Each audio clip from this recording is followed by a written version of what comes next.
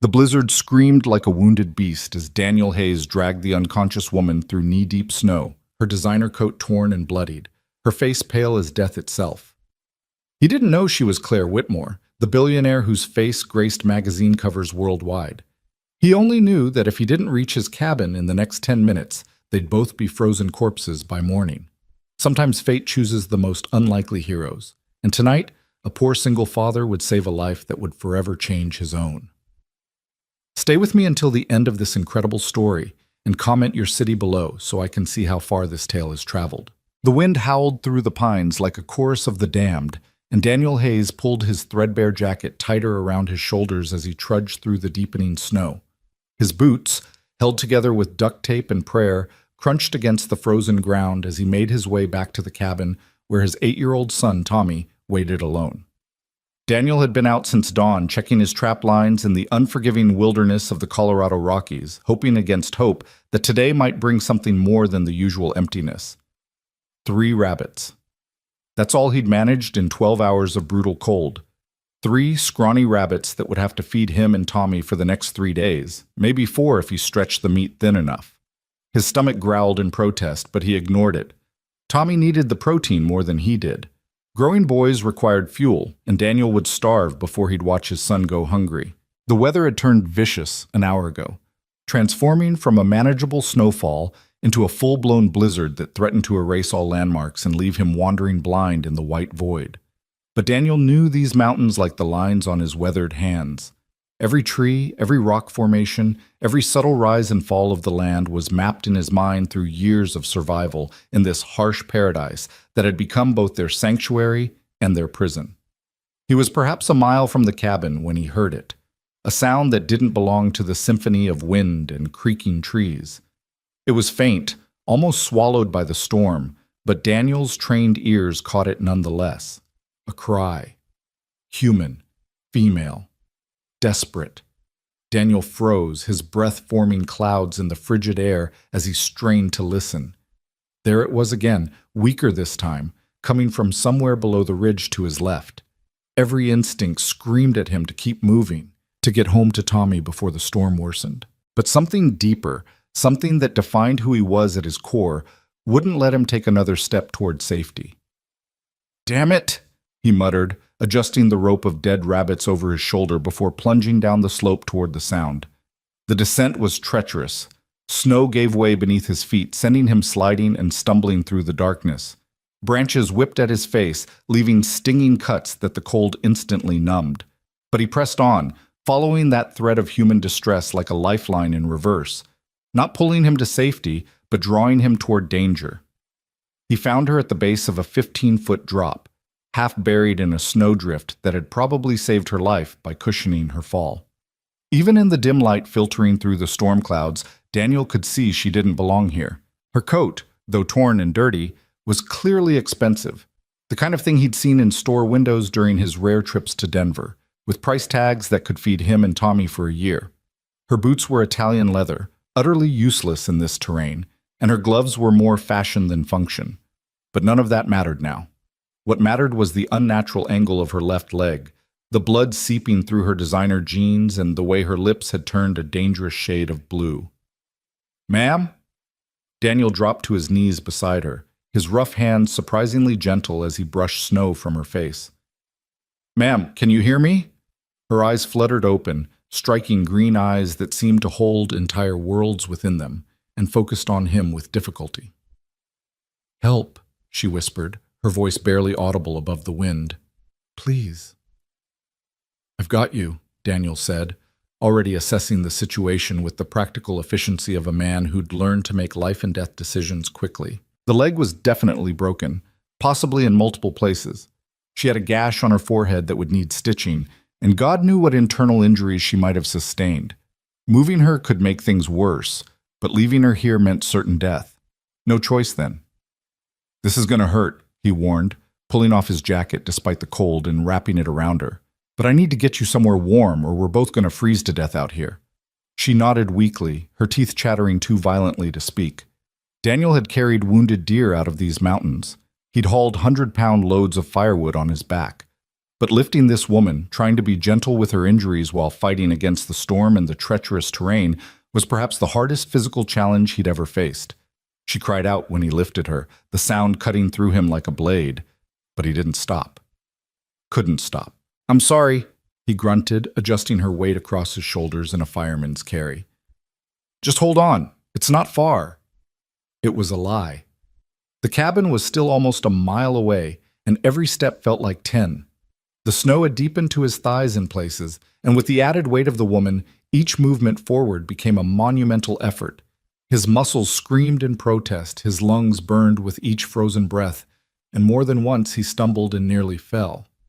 But Daniel Hayes was nothing if not stubborn. Life had beaten him down more times than he could count, had taken almost everything from him, but it hadn't broken him. Not yet. And he'd be damned if he'd let it break him now. Not when someone's life hung in the balance. "Stay with me," he gasped, though he wasn't sure if he was talking to the woman or to himself. "Just stay with me." She murmured something against his shoulder, her breath warm against his neck. It might have been thank you, or it might have been delirium. Either way, it gave him the strength to push through the last 100 yards. The cabin materialized out of the storm like a miracle. A simple structure of logs and determination that Daniel had built with his own hands 5 years ago, after Maria's death had shattered their previous life into irreparable pieces. It wasn't much, but it was theirs, and right now it represented salvation.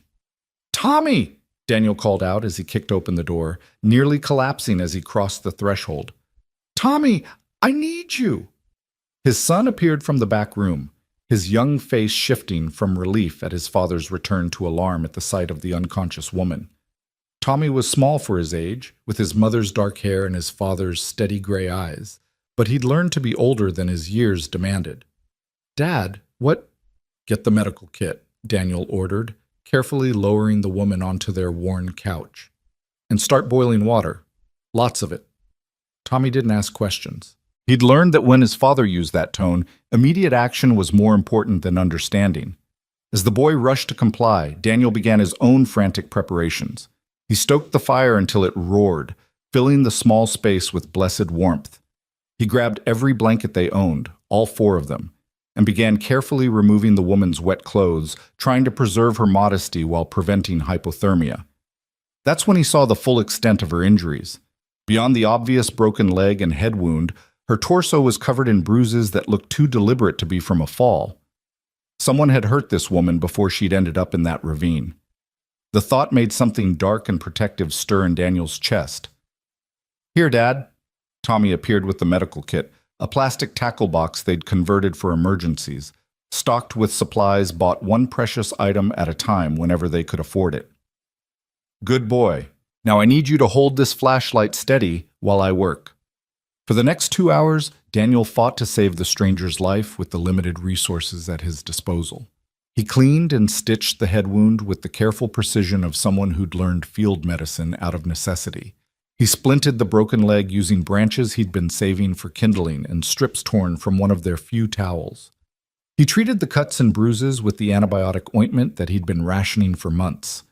Through it all, Tommy assisted without complaint, his small hands steady as he held the flashlight or passed supplies. The boy had seen enough hardship to understand that sometimes life demanded more from you than you thought you could give.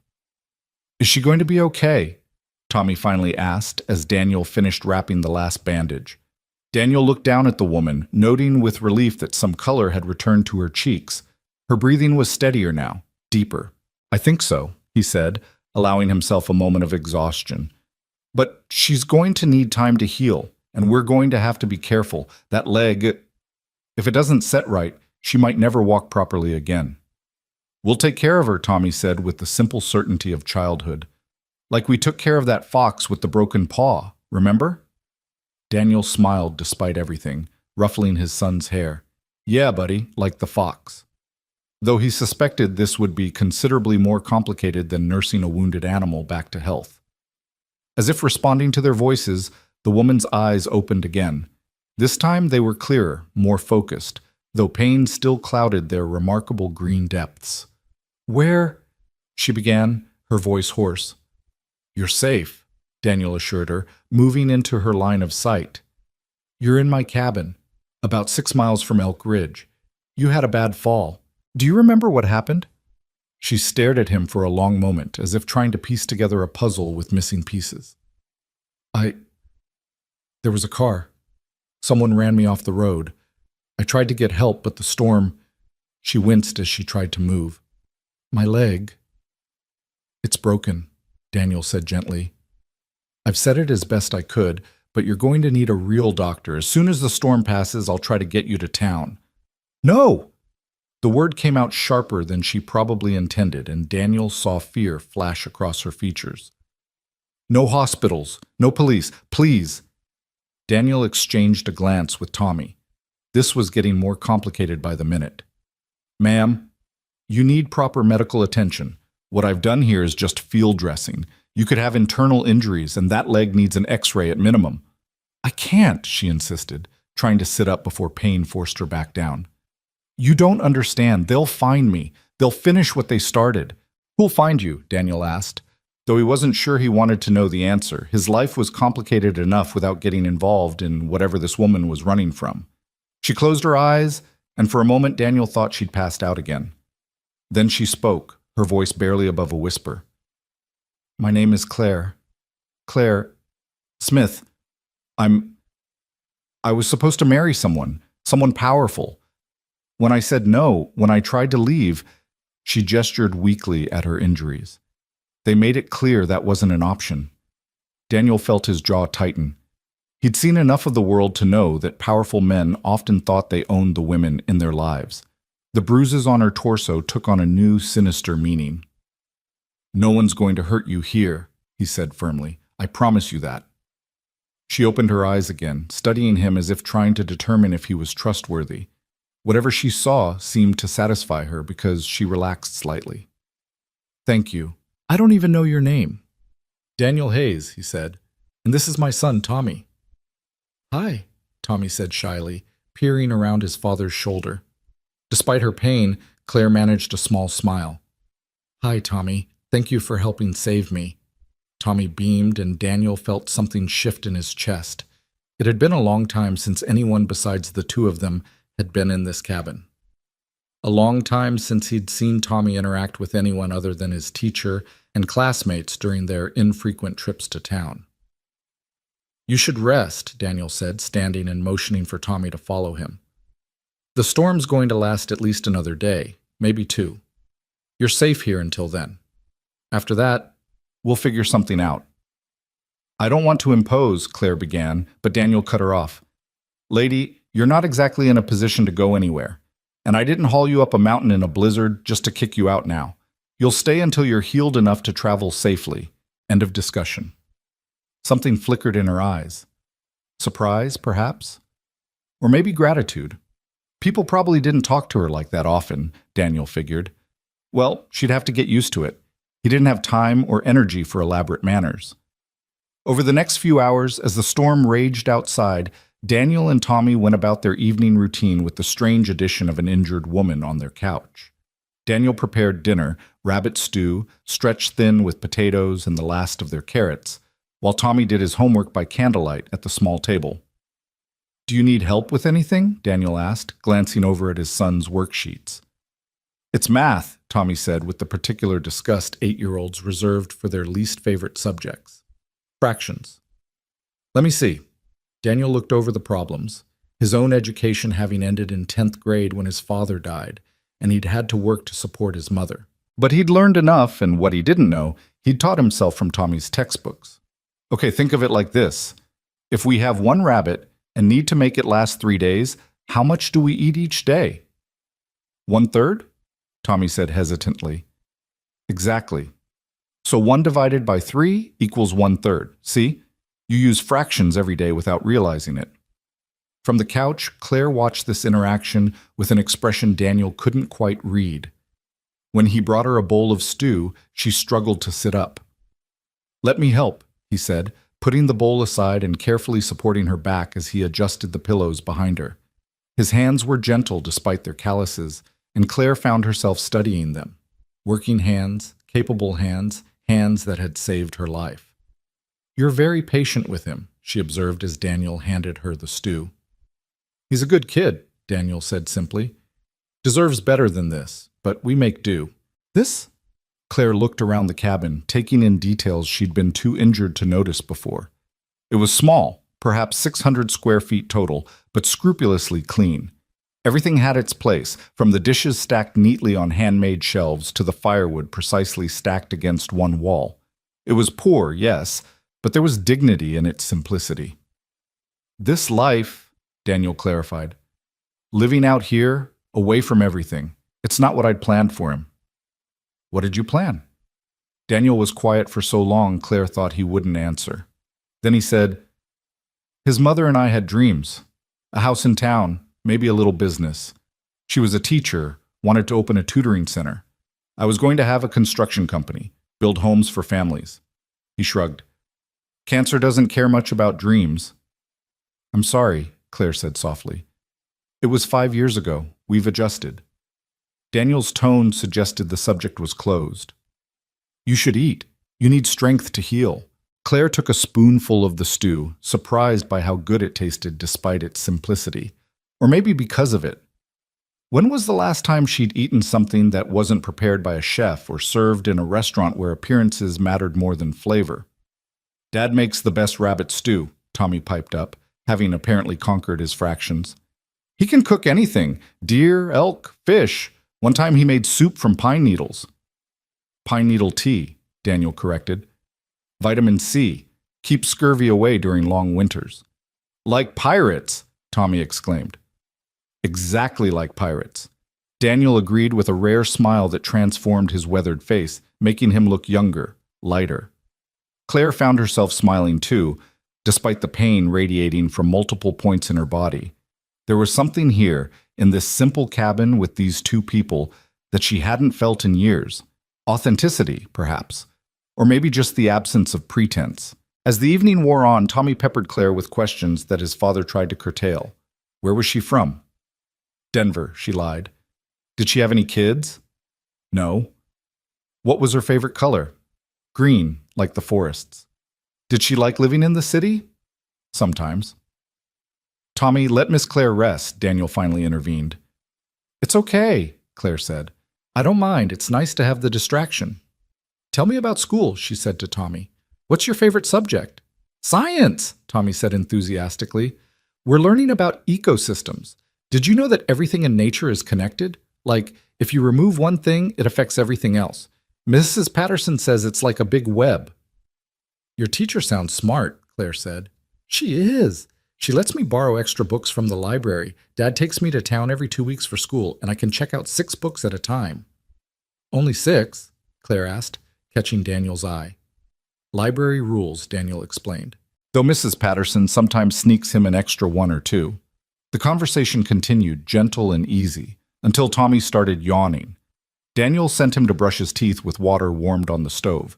No running water in the cabin, Claire realized, and get ready for bed. He sleeps in the loft, Daniel explained, pointing to a ladder that led to a small platform area above. I'll take the floor tonight. You need the couch for your leg. I can't take your... You can, and you will, Daniel said firmly. I've slept on worse than a floor. Trust me. Tommy came to say goodnight, surprising Claire by giving her a gentle hug. I'm glad Dad found you, Kit, he whispered. I hope you feel better tomorrow. After the boy had climbed to his loft, Daniel and Claire sat in companionable silence, listening to the storm rage outside and the fire crackle in the hearth. He's wonderful, Claire finally said. You've done an amazing job with him. He's raising himself half the time, Daniel said. I just try to keep him fed and make sure he knows he's loved. That's more than a lot of kids get. Daniel looked at her curiously. Speaking from experience? Claire was quiet for a moment, then said, My parents loved me in their way. They just loved their image more. Every choice I made had to reflect well on them. Every relationship was a potential business alliance. Every achievement was a trophy for their collection. She shifted, wincing at the pain. I guess I finally hit my breaking point. This fiancé of yours. Not my fiancé, Claire corrected quickly. Never my fiancé, whatever he might have told people. Richard Blackstone. His father owns half of Denver's commercial real estate. Our parents have been planning our merger, and yes, they called it that, since we were teenagers. I went along with it for years because it was easier than fighting. Then last month he showed me what our life would really be like.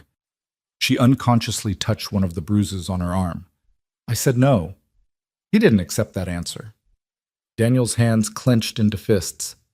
He'd never hit a woman, never would, couldn't even comprehend the mindset of someone who would. So you ran. I tried to leave properly. Lawyers, restraining orders, the whole thing. But money has a way of making problems disappear. His problems, not mine. The police said without evidence of immediate threat, there was nothing they could do. So yes, I ran, took my car, and drove into the mountains thinking I could hide out in Aspen or Vail until I figured out my next move. Then someone ran me off the road. She laughed bitterly. I guess Richard's reach is longer than I thought. You think he tried to have you killed? I think he tried to have me retrieved. Dead was probably an acceptable alternative if I proved too difficult. She looked at Daniel directly. You saved my life in more ways than one. If they'd found me out there? They didn't, Daniel said simply. And they won't find you here. Nobody knows about this place except Tommy and me, and the occasional ranger. We're completely off the grid. That must be hard, Claire said, looking around again. No electricity, no running water. It's simpler than you'd think, Daniel said. Solar panels charge batteries for essential things. We haul water from the creek, wood stove for heat and cooking, garden in the summer, hunting and trapping in winter. It's work, but it's honest work. And Tommy, is he happy? Daniel considered the question. He doesn't know any different, really. He was 3 when Maria died, barely remembers our life before. This is his normal. And kids adapt, but... He paused, struggling with something. He's smart, really smart. And out here, there's only so much I can teach him. Sometimes I wonder if I'm being selfish, keeping him here. You're keeping him safe, Claire said. You're keeping him loved. That's not selfish. Maybe. Daniel stood, stretching muscles sore from the day's exertions. You should rest. Tomorrow's going to be painful. The second day always is with injuries like yours. I'll leave water and some pain pills within reach. He prepared a makeshift bed on the floor near the fire, layering blankets to create something approaching comfort. Claire watched him work, efficient and uncomplaining, and felt something she hadn't experienced in years, genuine admiration for another human being. Daniel? She called softly as he settled onto his improvised bed. Yeah? Thank you. For everything.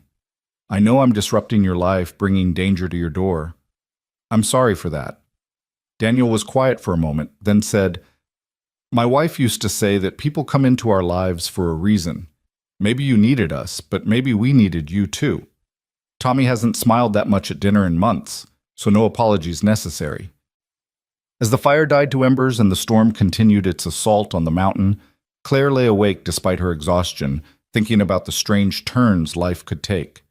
This morning she'd been running for her life from a world of wealth and power that had become a prison. Tonight she was lying in a cabin that probably cost less than her monthly gym membership, saved by a man who owned almost nothing but would give everything to help a stranger. She thought about Daniel, about the quiet strength in his movements, the gentle way he'd tended her wounds, the patience with which he'd helped his son with homework. She thought about Tommy, bright and curious despite the hardships of his life.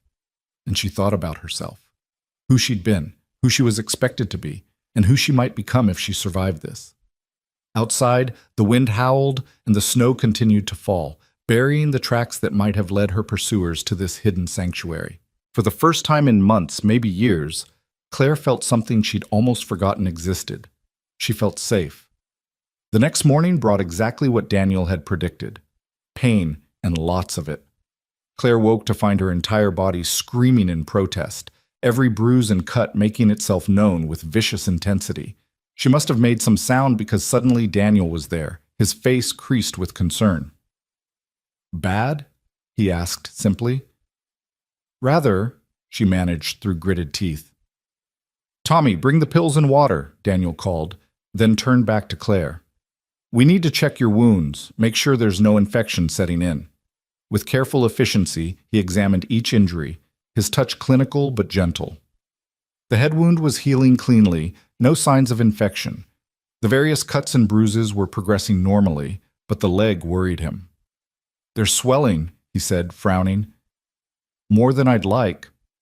I need to adjust the splint, make sure circulation isn't being cut off." "Do what you need to do," Claire said, bracing herself. It was agony. Even with Daniel's careful hands, every adjustment sent lightning bolts of pain through her leg. Tommy held her hand, his young face serious and supportive, and Claire found herself drawing strength from his presence. "You're being very brave," Tommy told her solemnly. "When I broke my arm falling from a tree, I cried for an hour." "I might cry later," Claire admitted, managing a weak smile. "That's okay. Dad says crying is just your body's way of releasing pressure, like a kettle letting off steam." "Your dad sounds like a wise man." Tommy beamed with pride. "He is. He knows everything about surviving in the mountains.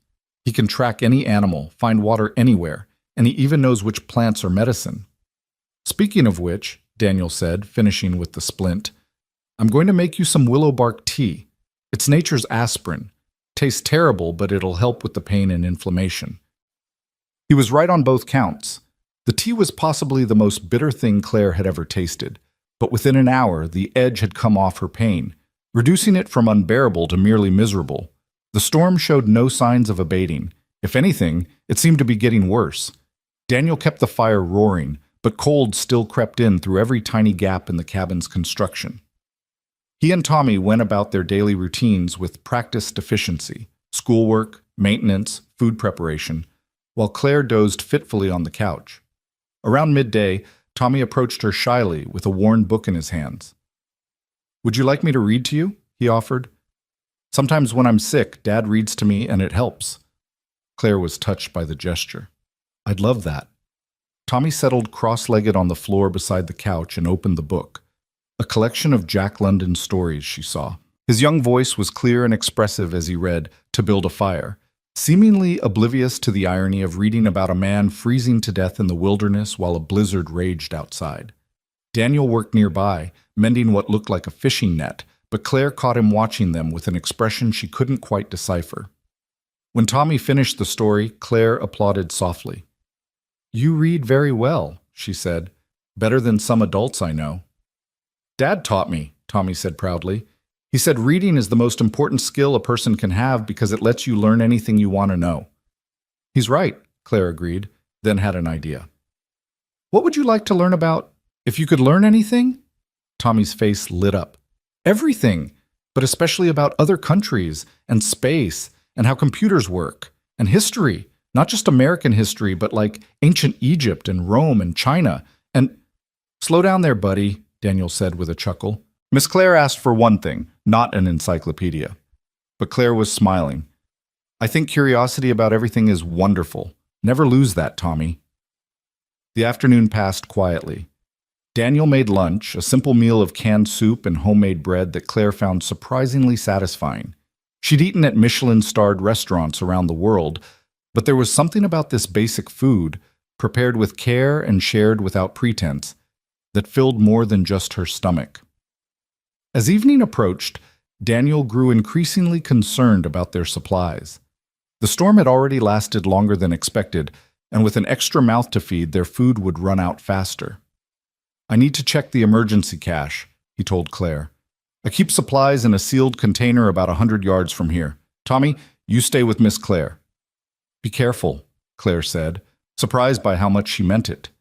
Daniel bundled up and disappeared into the white void beyond the door.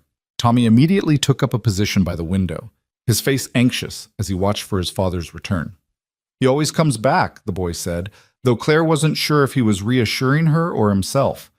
"How long have you lived here, just the two of you?" Claire asked, hoping to distract him. "Since I was 3, after Mama went to heaven." Tommy's voice was matter-of-fact, but Claire heard the old sadness underneath. "Dad built this whole cabin himself. He said we needed a place where we could heal." "And have you? Healed?" Tommy considered this seriously. "I think so. Dad still gets sad sometimes, especially on Mama's birthday. But mostly we're okay. We take care of each other." "That's beautiful," Claire said softly. "Do you have someone to take care of you?" Tommy asked with the directness of childhood. Claire was saved from answering by Daniel's return. He burst through the door in a cloud of snow, carrying a large plastic container. "Getting worse out there," he said, shaking off the snow. "We might be stuck here for a week at this rate." A week. Claire tried not to panic. A week meant Richard would have more time to search for her. A week meant the trail would go cold, but it also meant she'd be trapped if they somehow found this place. Daniel seemed to sense her fear. "We're invisible in this storm," he assured her. "No one's getting up this mountain until it clears, and by then any tracks will be long gone." That night, as they ate dinner, rice and beans with the last of the fresh vegetables, the atmosphere was different. The three of them had settled into a rhythm, like a song finding its melody. Tommy told stories from school, Daniel shared wilderness knowledge, and Claire found herself opening up about travels she'd taken, carefully editing out any details that might reveal her true identity. "You've been to Paris?" Tommy asked, eyes wide with wonder. "Several times," Claire said. "The Eiffel Tower is even more magnificent in person than in pictures." "What's the food like?" "Delicious, but honestly," Claire smiled conspiratorially, "your dad's rabbit stew could compete with some of those fancy French restaurants." Tommy giggled while Daniel shook his head, but Claire caught the pleased look in his eyes. As bedtime approached, Tommy surprised them both by asking, "Miss Claire, do you know any bedtime stories? Dad always tells the same ones." "Hey!" Daniel protested with mock indignation. "Well, you do," Tommy said. "I've heard about the three bears at least 1,000,000 times." Claire laughed, then winced as it jostled her injuries. "I might know one or two stories. How about the legend of the Snow Princess?" "Is it a real legend?" Tommy asked, already climbing the ladder to his loft. "It is now," Claire said, and began spinning a tale of a princess who lived in a crystal palace high in the mountains, who was kind and brave but very lonely. Until one day, a woodcutter and his son found her and showed her that real wealth wasn't in gold or jewels, but in friendship and love. By the time she finished, Tommy was asleep, and Daniel was looking at her with that unreadable expression again. "That was a beautiful story," he said quietly. "I've always believed the best stories are the ones that could be true," Claire replied. They sat in comfortable silence for a while, listening to the storm and the fire. Finally, Daniel spoke. "You're not really Claire Smith from Denver, are you?" Claire's heart stopped. "What makes you say that?" "Your hands, for one thing, they're manicured under those injuries. That coat you were wearing costs more than I make in a year. I've seen them in catalogs. And the way you carry yourself, even injured. You're used to a very different life than the one you described." Claire was quiet for a long moment, considering her options. "Would it matter if I wasn't who I said I was?" "Depends on whether you're running from the law or just from trouble." "Just trouble. I swear I haven't committed any crimes, unless you count refusing to marry someone my parents chose." Daniel nodded slowly. "Then it doesn't matter. Everyone's entitled to their secrets and their chance to start over." "Just like that?" "Just like that. You're hurt, you need help, and you're not a danger to my son. Everything else is your business." Claire felt tears prick her eyes. When was the last time someone had accepted her without wanting to know about her money, her connections, her potential value to them? "Thank you," she whispered. "Get some rest," Daniel said, settling onto his floor bed. "Tomorrow we'll try to figure out your next move when the storm passes." But as Claire lay in the darkness, listening to the wind howl and the fire crackle, she found herself in no hurry for the storm to pass. For the first time in her adult life, she was nobody special. Just Claire, injured woman taken in by kind strangers. No expectations, no obligations, no one trying to use her or control her. It was terrifying. It was wonderful. The third day brought a break in the storm's fury, though snow still fell steadily. Daniel stood by the window, studying the sky with the practiced eye of someone who'd learned to read weather like scripture. Claire watched him from the couch, noting the way morning light caught the silver threads in his dark hair, the way his shoulders carried responsibility like a familiar weight. "Might clear by tomorrow," he said finally. "Maybe the day after." Claire's stomach tightened. Part of her wanted to leave, to stop endangering these good people. But another part, a part she didn't want to examine too closely, dreaded returning to the world beyond this cabin. I should probably figure out where to go, she said carefully. Daniel turned from the window. You're not going anywhere on that leg for at least 2 weeks, maybe 3, unless you want to risk permanent damage. I can't impose on you for that long. Why not? Tommy asked from his spot at the table where he was doing math problems. We have room, and you're nice. Tommy, Daniel started, but the boy continued. She is, and she tells better stories than you do, Dad. No offense. Daniel's lips twitched. None taken, traitor. Claire laughed, then immediately regretted it as pain shot through her ribs. Daniel was beside her instantly, his hand gentle on her shoulder. Easy. Those ribs are probably cracked. Laughing's gonna hurt for a while. Everything hurts, Claire admitted. That's actually a good sign, Daniel said. Means you're healing. It's when you stop feeling pain that you need to worry. His hand was still on her shoulder, warm and steady, and Claire found herself leaning into the touch before catching herself. Daniel seemed to realize it too, pulling back with a slight awkwardness that was oddly endearing. I need to check the generator, he said abruptly. Tommy, help Miss Claire if she needs anything. After he left, Tommy abandoned his math to sit near Claire. Dad likes you, he announced. I'm sure he's just being kind. No, he likes you, Tommy insisted. He made you the good blanket, and he never gives anyone the good blanket. And he smiled 3 times yesterday. He usually only smiles once a day, maybe twice if something really funny happens. Claire didn't know what to say to that, so she changed the subject. How's your math coming? Tommy made a face. Terrible. I hate word problems. Why can't they just say, multiply this by that, instead of talking about trains and apples and stuff? Want some help? For the next hour, Claire worked with Tommy on his math, finding creative ways to explain concepts that made sense to his 8-year-old mind. When Daniel returned, covered in snow and grease from the generator, he found them both laughing over a particularly ridiculous word problem involving a farmer, his chickens, and an improbable number of eggs. Do I want to know? He asked, a smile tugging at his lips. Miss Claire says math teachers must be really bad at shopping because they never know how many apples they're buying, Tommy giggled. If Johnny has 15 apples and gives away 7, any normal person would just say he has 8 left, Claire explained. But math teachers have to make it complicated. Daniel chuckled, a warm sound that filled the small cabin. Well, I'm glad someone can make math fun. Usually, it's like pulling teeth to get him through homework. Miss Claire's really smart, Dad. She knows about everything. Not everything, Claire protested, but she was pleased by the boy's enthusiasm. Daniel started preparing lunch, and Claire insisted on helping despite her injuries. He settled her at the table with vegetables to chop, slowly and carefully, while he worked on the meat.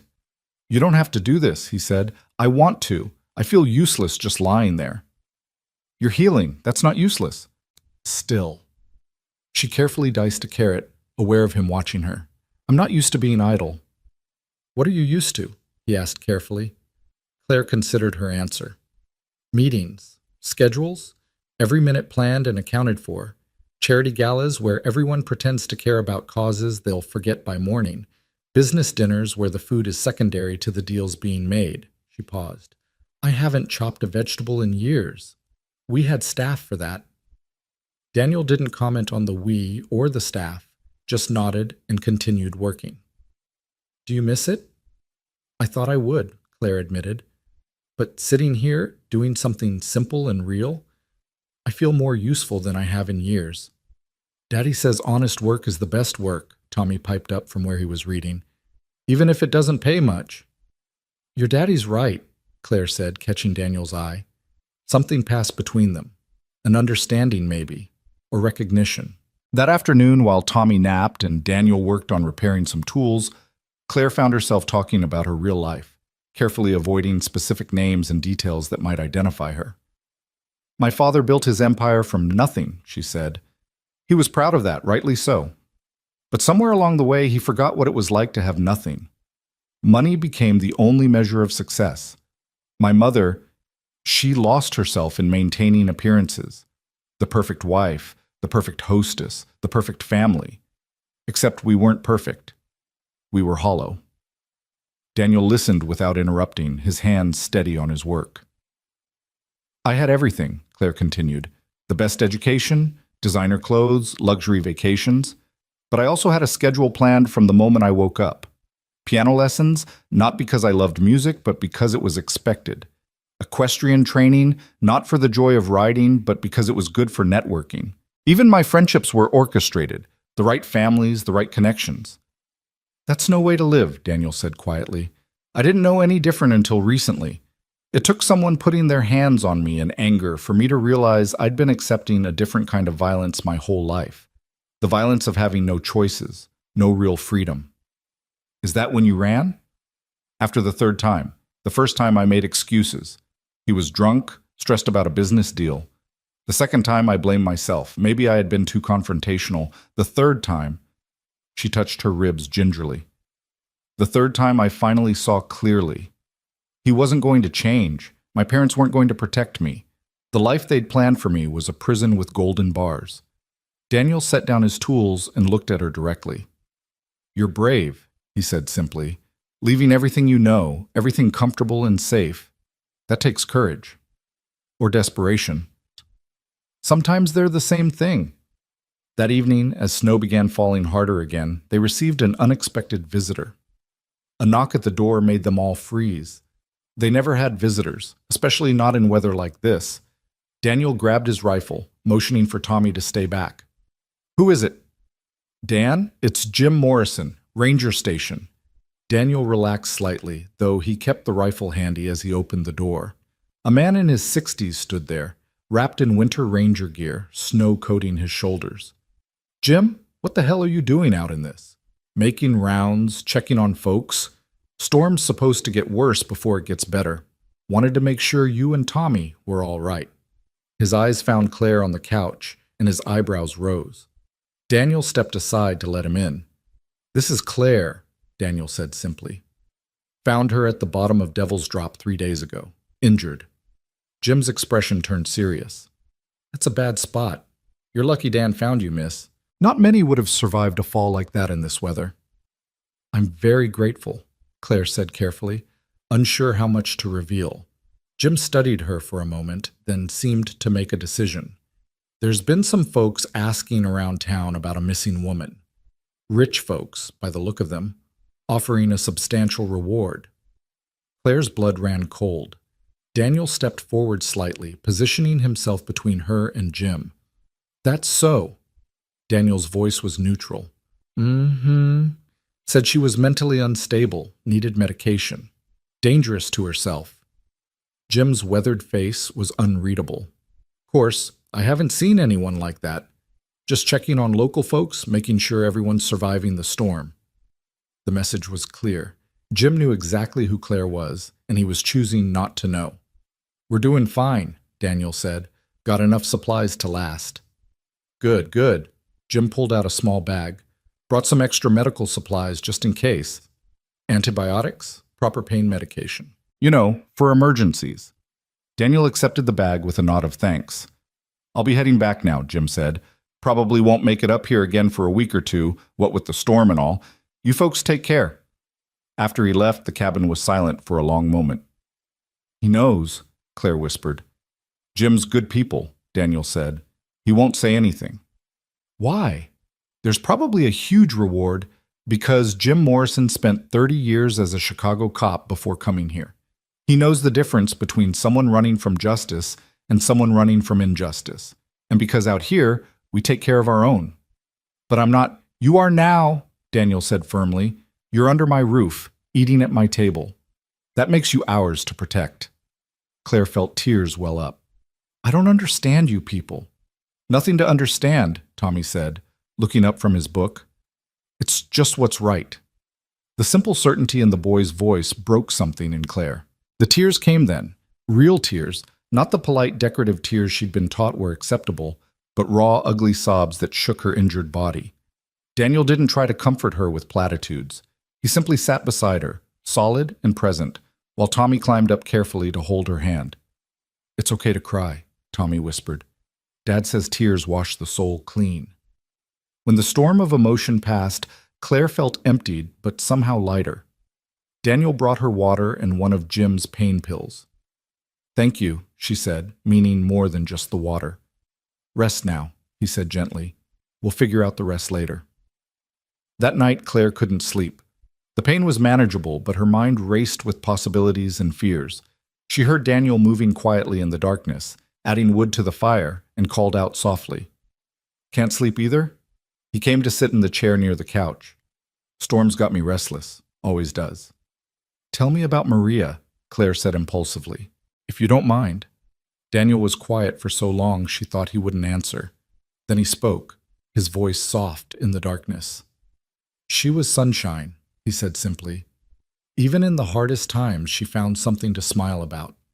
We met in high school. She was the smart one, headed for college, while I was just trying to graduate and find work. No one understood what she saw in me." "What did she see?" "She said I was the only person who saw her, not just her achievements. Everyone else saw the valedictorian, the full scholarship recipient, the girl going places. I just saw Maria, who laughed at bad jokes and cried at dog food commercials and ate pizza with a fork." Claire smiled in the darkness. "We got married right after she graduated college. Everyone said we were too young, too different, but we knew. You know when you know, you know?" "I wouldn't know," Claire said softly. "I've never had that." "We had 8 good years," Daniel continued. "Struggled financially, sure, but we were happy. Then Tommy came along and life felt complete. Maria quit teaching to stay home with him, said he was more important than any career. We were planning for more kids, planning a whole life, and then the cancer. Pancreatic. By the time they found it, it was too late. 4 months from diagnosis to..." He trailed off. "She spent the last month making sure Tommy and I would be okay. Made me promise to keep living, not just surviving. I'm not sure I've kept that promise." "You have," Claire said firmly. "You're raising an amazing son. You saved my life. You're living." "Maybe," Daniel shifted in the chair. "What about you? Ever been in love? Real love, not the arranged kind?" "I thought I was once. In college. He was an art student, passionate about everything, completely inappropriate by my parents' standards. We had 6 months before my father found out and ended it." "Ended it how?" "The boy's scholarship disappeared. His family suddenly faced an IRS audit. His father lost his job." Claire's voice was bitter. The message was clear. Stay away from me or be destroyed. He chose survival. I don't blame him. "That's cruel." "That's power," Claire corrected. "My father would say he was protecting me from a fortune hunter, but Thomas wasn't after money. He just loved me, or I thought he did." "Maybe love can't survive that kind of pressure." "Real love can survive anything," Daniel said with quiet conviction. "But both people have to be willing to fight for it." They sat in comfortable silence, listening to the storm. Finally, Daniel stood. "You should try to sleep. Healing takes energy." "Daniel?" Claire called as he moved back to his makeshift bed. "Yeah? What you have here with Tommy, this life, it's not less than what you planned. It's just different, and it's beautiful." She heard him pause in the darkness, then his quiet "thank you," before he settled down. The next morning brought sun for the first time in days, though snow still covered everything in a thick blanket. Daniel was up early checking the damage from the storm, while Tommy made breakfast, oatmeal with dried berries and a precious drizzle of honey. "You're getting good at this," Claire told him as he carefully carried her bowl to the couch. "Dad says everyone should know how to cook. He says it's a survival skill and an act of love." "Your dad says a lot of wise things." "He reads a lot," Tommy explained. "Every night after I go to bed. He says books are windows to other worlds." Claire thought about the man she'd observed over the past few days. Rough-handed, weather-worn, living in poverty by any standard. And yet he was one of the most philosophical, well-spoken people she'd met. It was a reminder that wisdom had nothing to do with wealth or formal education. Daniel returned, shaking snow from his coat. "Good news and bad news." "Good news. Storm's definitely breaking. Should be clear in a day or two. Bad news. There's been some activity down the mountain. Saw smoke from campfires where there shouldn't be any." Claire's stomach dropped. "They're searching for me." "Maybe, or could be hikers who got caught in the storm. Either way, we need to be careful." "I should leave. I'm putting you both in danger." "You're not going anywhere on that leg," Daniel said firmly. "Besides, trying to move you now would draw more attention. We stick to the plan. You heal, Then we figure out safe passage. But if they come here, then they'll find a father and son who haven't seen anyone. Daniel's jaw set stubbornly. I told you, you're under my protection now. That means something here. That afternoon, while Tommy was absorbed in a book, Daniel taught Claire basic wilderness survival skills to keep her mind off the danger. Fire is your first priority, he explained, showing her how to build one properly. Shelter second, water third, food last. You can survive weeks without food, days without water, but only hours without warmth in weather like this. How do you know all this? Grew up in rural Montana. My dad was a hunting guide before the accident that killed him. Taught me everything about living off the land. Never thought I'd need it for actual survival, just figured it was good knowledge to have. And now you're living it. Life has a way of circling back, Daniel agreed. Skills you learn for fun become necessities. Things you take for granted become luxuries. He taught her how to read animal tracks in the snow, how to find water even in winter, which plants were edible and which were medicinal. Claire found herself fascinated, not just by the knowledge but by the way he taught, patient, thorough, making sure she understood not just the what, but the why. You're a natural teacher, she said. Maria always said that. Said I should get my teaching certificate, work at the school. But, he shrugged, that requires college, and college requires money we never had. You could still do it. Maybe someday, when Tommy's older. Right now, keeping us fed and safe is enough. That evening, they heard the distant sound of helicopters. Daniel immediately doused the lanterns, letting only the fire provide light. They sat in tense silence, listening as the sound grew closer, then gradually faded. Search and rescue, maybe, Daniel said, though he didn't sound convinced. Claire knew better. Richard had access to private helicopters, and he wouldn't hesitate to use them. The search was intensifying. I need to leave tomorrow, she said. I can't let them find you harboring me. With a broken leg and cracked ribs? You wouldn't make it a mile. Then I'll turn myself in. Say I got lost, that I've been alone. Stop. Daniel's voice was sharp. Just stop. You're not sacrificing yourself, and you're not running off half-cocked. We're going to be smart about this. Why do you care so much? Claire asked, frustrated. You don't even know me, the real me. I know enough, Daniel said quietly. I know you're kind to my son. I know you're brave enough to leave everything rather than accept abuse. I know you work to earn your keep even when you're in pain. I know you're worth protecting. The simple certainty in his voice undid her. I'm not worth the risk to you and Tommy. That's not your decision to make, Daniel said. It's mine. And I've made it. Tommy looked up from his book. We're family now, he said matter-of-factly. Family protects each other. We're not, Claire began. Sure we are, Tommy interrupted. Not the blood kind, but the chosen kind. Dad says chosen family is sometimes stronger because you pick each other on purpose. Claire looked between them, this father and son who had nothing but gave everything, and felt something fundamental shift inside her chest. Okay, she whispered. Okay. That night, Daniel stayed up keeping watch while Claire and Tommy slept. She woke once to find him standing by the window, rifle nearby but not in hand, silhouetted against the moonlight on snow. He looked like something out of a frontier painting, solid, dependable, ready to defend what was his. What was his? When had she started thinking of herself as belonging here? Belonging with them? It was dangerous thinking, she knew.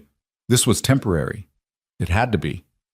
But as she drifted back to sleep, listening to Tommy's soft breathing from the loft and watching Daniel keep his silent vigil, she allowed herself to imagine, just for a moment, that this could be real, that she could stay, that she could choose this life of honest work and simple pleasures and chosen family. The next morning brought visitors, not the ones Claire feared, but almost as concerning. A family from down the mountain, the Petersons, arrived on snowmobiles with their teenage daughter. Dan! Robert Peterson called out, checking on everyone after the storm. You folks okay? Daniel stepped outside to greet them, leaving Claire hidden inside. But Mrs. Peterson had other ideas, bustling past him with the determined energy of a born caretaker. Don't be silly, Daniel Hayes. I brought soup and bread, and I'm not leaving until I know you and Tommy are properly fed. Oh! She stopped short, seeing Claire on the couch. This is Claire, Daniel said quickly. She had an accident in the storm. Mrs. Peterson's sharp eyes took in Claire's injuries, the makeshift splint, the careful way she held herself. Good Lord, dear, you need a hospital. I'm fine, Claire said carefully. Daniel's been taking wonderful care of me. I'm sure he has, but Mom, the teenage daughter, Sarah, interrupted. Leave them alone. If she needed a hospital, Mr. Hayes would have gotten her there. Claire saw the girl exchange a look with Daniel. Apparently this wasn't the first time the Petersons had tried to interfere in his life. Well, at least let me leave the food, Mrs. Peterson said, though she kept glancing at Claire with curious eyes. And Sarah has Tommy's homework from Mrs. Patterson. Tommy, Daniel called. Sarah's here. Tommy came running, excited to see his friend.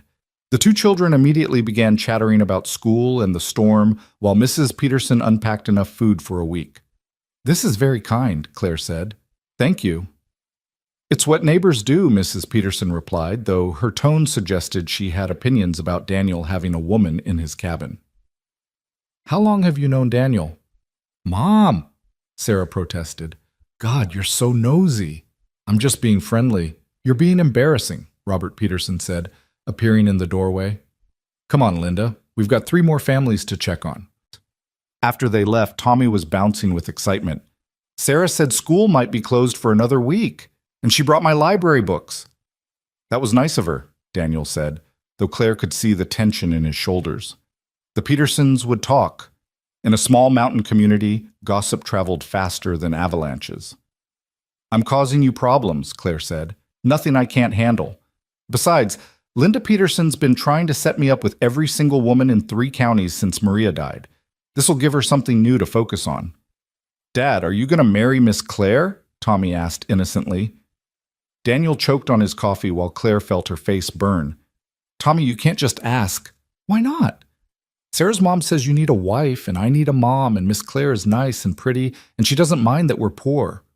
Thomas James Hayes, Daniel said firmly.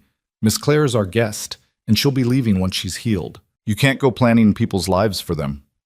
But, no buts. Now go read your library books. Tommy sulked off to the loft, leaving Daniel and Claire in awkward silence. I'm sorry, Daniel finally said. He doesn't understand boundaries sometimes. It's fine, Claire said, though her heart was racing. He's just a child. Yeah, but... Daniel rubbed the back of his neck. I don't want you to feel uncomfortable. I don't, Claire said honestly. If anything, I feel more comfortable here than I have anywhere in years. Their eyes met and held for a moment before Daniel looked away.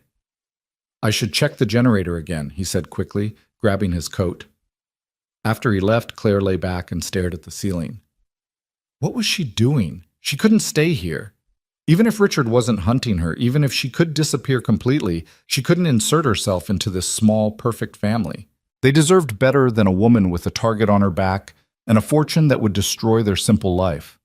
But God, how she wanted to stay. That afternoon, while Daniel was outside and Tommy was reading, Claire carefully made her way to the small mirror hanging near the door. She hadn't looked at herself since the accident, and the reflection was shocking.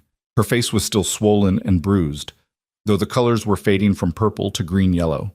The gash on her forehead would leave a scar. Her usually perfectly styled hair hung limp and tangled.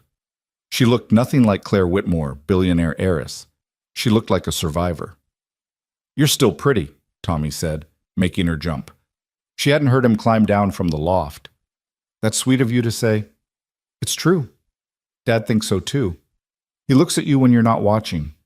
Tommy, I know. You're leaving when you're better. But maybe you could visit sometimes? Or we could visit you. Claire's heart broke a little. It's complicated, sweetheart. Adults always say that when they mean no, Tommy said sadly.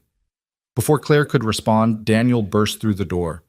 We've got company coming, not friendly. Claire's blood went cold as she heard the sound of engines approaching. Tommy, loft, now, stay silent. Daniel's voice was calm but firm. Claire, can you move? Yes. Good. Back room, in the closet. There's a false back. Push hard and it'll open to a small space. Get in there and don't make a sound. Claire didn't argue, Adrenaline masked the pain as she hobbled to the back room, found the closet, and pushed through the false panel into a space barely big enough for one person. She pulled it closed just as she heard vehicles arrive outside. Through the thin walls, she could hear everything. "Mr. Hayes?" An unfamiliar voice, cultured and cold. "My name is Marcus Webb. I'm looking for someone who may have gotten lost in the storm." "Haven't seen anyone." Daniel's voice was steady. "Been hunkered down here with my boy." "I see. You wouldn't mind if we looked around? We're very concerned about this person. She's not well, needs medication." "You got a warrant?" "I'm not law enforcement, Mr. Hayes. I'm merely a concerned friend." "Then I'm merely declining your request," Daniel said. "This is private property." There was a pause, then Webb's voice turned harder. "Mr. Hayes, I don't think you understand the situation. The woman we're looking for is dangerous. She's had a psychotic break. She may seem rational, but she's very ill. There's a substantial reward for information leading to her safe return." "How substantial?" Daniel asked, and Claire's heart sank. $50,000. Claire held her breath. 50,000 would change Daniel and Tommy's life. It would mean proper heating, running water, education for Tommy, medical care, everything they needed. "That's a lot of money," Daniel said slowly. "It is, and all you have to do is tell me if you've seen a woman, 30s, dark hair, green eyes, injured. Her name is Claire Whitmore." The silence stretched forever. "Sorry," Daniel finally said. "Haven't seen anyone matching that description. Now, unless you're planning to offer me more than money to violate my privacy, I'd like you to leave." "Mr. Hayes, you should know that harboring a fugitive—" "She's not a fugitive if she's not wanted by the law," Daniel interrupted. "And you already said you're not law enforcement. So what you're really saying is that you want me to help you kidnap a woman who clearly doesn't want to be found. That about right?" Webb's voice turned icy. "You have no idea who you're dealing with." "Neither do you," Daniel replied. "I'm asking you politely to leave. I won't ask twice." There was another long pause, then the sound of car doors slamming and engines starting. Claire didn't move until Daniel opened the false panel. "They're gone," he said, helping her out. "But they'll be back." $50,000, Claire said weakly. "Not enough," Daniel replied. "Not enough. Daniel, that would change everything for you." "No amount of money is worth betraying someone under my protection," Daniel said firmly. "Money can be earned. Integrity, once lost, can't be recovered." Tommy appeared at the doorway. "Plus, we like you better than money," he added. Claire laughed through tears she hadn't realized were falling. "You two are impossible." "Dad says impossible is just another word for haven't figured it out yet," Tommy said proudly. That night, they made plans. The men would return, probably with law enforcement next time. Some trumped-up charge that would give them the right to search. Claire needed to be gone before then. "Jim mentioned an old ranger station about 10 miles north," Daniel said, studying a hand-drawn map. "It's been abandoned for years, but it's still solid. You could hide there while we figure out the next step." "You can't get involved anymore," Claire protested. "They know you now. They'll watch you." "Let them watch. They'll see a man and his son living their normal life, while you're secretly helping me." "Wouldn't be the first time I've helped someone disappear," Daniel said quietly. At Claire's shocked look, he explained, "Few years back, a woman and her kids came through, running from an abusive husband. Jim and I helped them get to Canada, new identities, new life. Sometimes the law and what's right aren't the same thing. You could lose Tommy if you're caught." "I could lose him if I teach him to abandon people in need," Daniel countered. "What kind of man would he become if he learned that money matters more than doing what's right?" The next day, they prepared for Claire's departure. Daniel fashioned a better splint for her leg and gathered supplies she'd need. Tommy insisted on giving her his favorite book, the Jack London collection. "So you don't get lonely," he said. "I'll treasure it," Claire promised, hugging him carefully. As darkness fell, Daniel prepared to move her to the ranger station. But first, Claire had something to say. "My name is Claire Whitmore," she said quietly. "My family owns Whitmore Industries. We're worth about $3 billion. Daniel's expression didn't change. "Okay." "Okay? That's all?" "Changes nothing. You're still Claire who helped Tommy with his math and made him laugh. Money's just numbers in a bank. Most people would. I'm not most people, Daniel said simply. Neither are you, or you wouldn't have run from that life. The journey to the abandoned ranger station was excruciating. Every bump and jostle of the makeshift sled Daniel had rigged sent lightning bolts of pain through Claire's injured body. He'd wrapped her in blankets and secured her carefully, but 10 miles through rough terrain in the dark was torture no matter how gentle he tried to be. Almost there, Daniel said for the third time, though Claire suspected he was trying to convince himself as much as her. The moon was hidden behind clouds, and he was navigating by memory and instinct alone. When they finally arrived, Claire could barely make out the structure in the darkness. A small wooden building that looked like it had been fighting a losing battle with the elements for years. Daniel carried her inside, his breathing labored from the effort of pulling the sled through deep snow. "It's not much," he said, lighting a lantern he'd brought. The yellow glow revealed a single room with a rusted stove, a broken window patched with plywood, and a cot that had seen better decades. "It's perfect," Claire said, meaning it. It was shelter, it was hidden, and most importantly, it was far from Daniel and Tommy's cabin. Daniel worked quickly to make the space livable. He'd brought firewood, enough food for a week, medical supplies, and several jugs of water. He got the old stove working, patched the worst of the gaps in the walls with the tarp he'd brought, and set up the cot with the blankets from his own bed. "I'll come back tomorrow night," he said. "Bring more supplies, check on your injuries." "You shouldn't. They'll be watching you." "Let them. I'll be careful." He paused at the door. "There's a rifle under the cot. It's loaded. You know how to use it? Point and shoot? Close enough. Safety's here. Only use it if you have no other choice." He looked at her for a long moment. "You sure about this?" "No," Claire admitted. "But it's the right thing to do." After he left, Claire sat in the flickering lantern light, truly alone for the first time since her fall. The silence was oppressive, broken only by the wind whistling through gaps in the walls and the pop of wood in the stove. She pulled out Tommy's book, running her fingers over the worn cover. Inside, in careful child's handwriting, was written, "Property of Tommy Hayes. If found, please return. This book is my friend." She opened to a random page and began reading by lantern light, trying not to think about how much she already missed them. Back at the cabin, Daniel found Tommy waiting up for him. "Is she okay?" the boy asked immediately. "She's safe," Daniel said, pulling his son into a hug. "That's what matters." "I don't understand why she had to leave." "Sometimes, buddy, protecting someone means letting them go." "But what if she needs us?" "Then we'll be there," Daniel promised. "No matter what." The next morning brought exactly what Daniel had expected. Marcus Webb returned, this time with the sheriff. Daniel saw them coming and sent Tommy to the loft with strict instructions to stay quiet.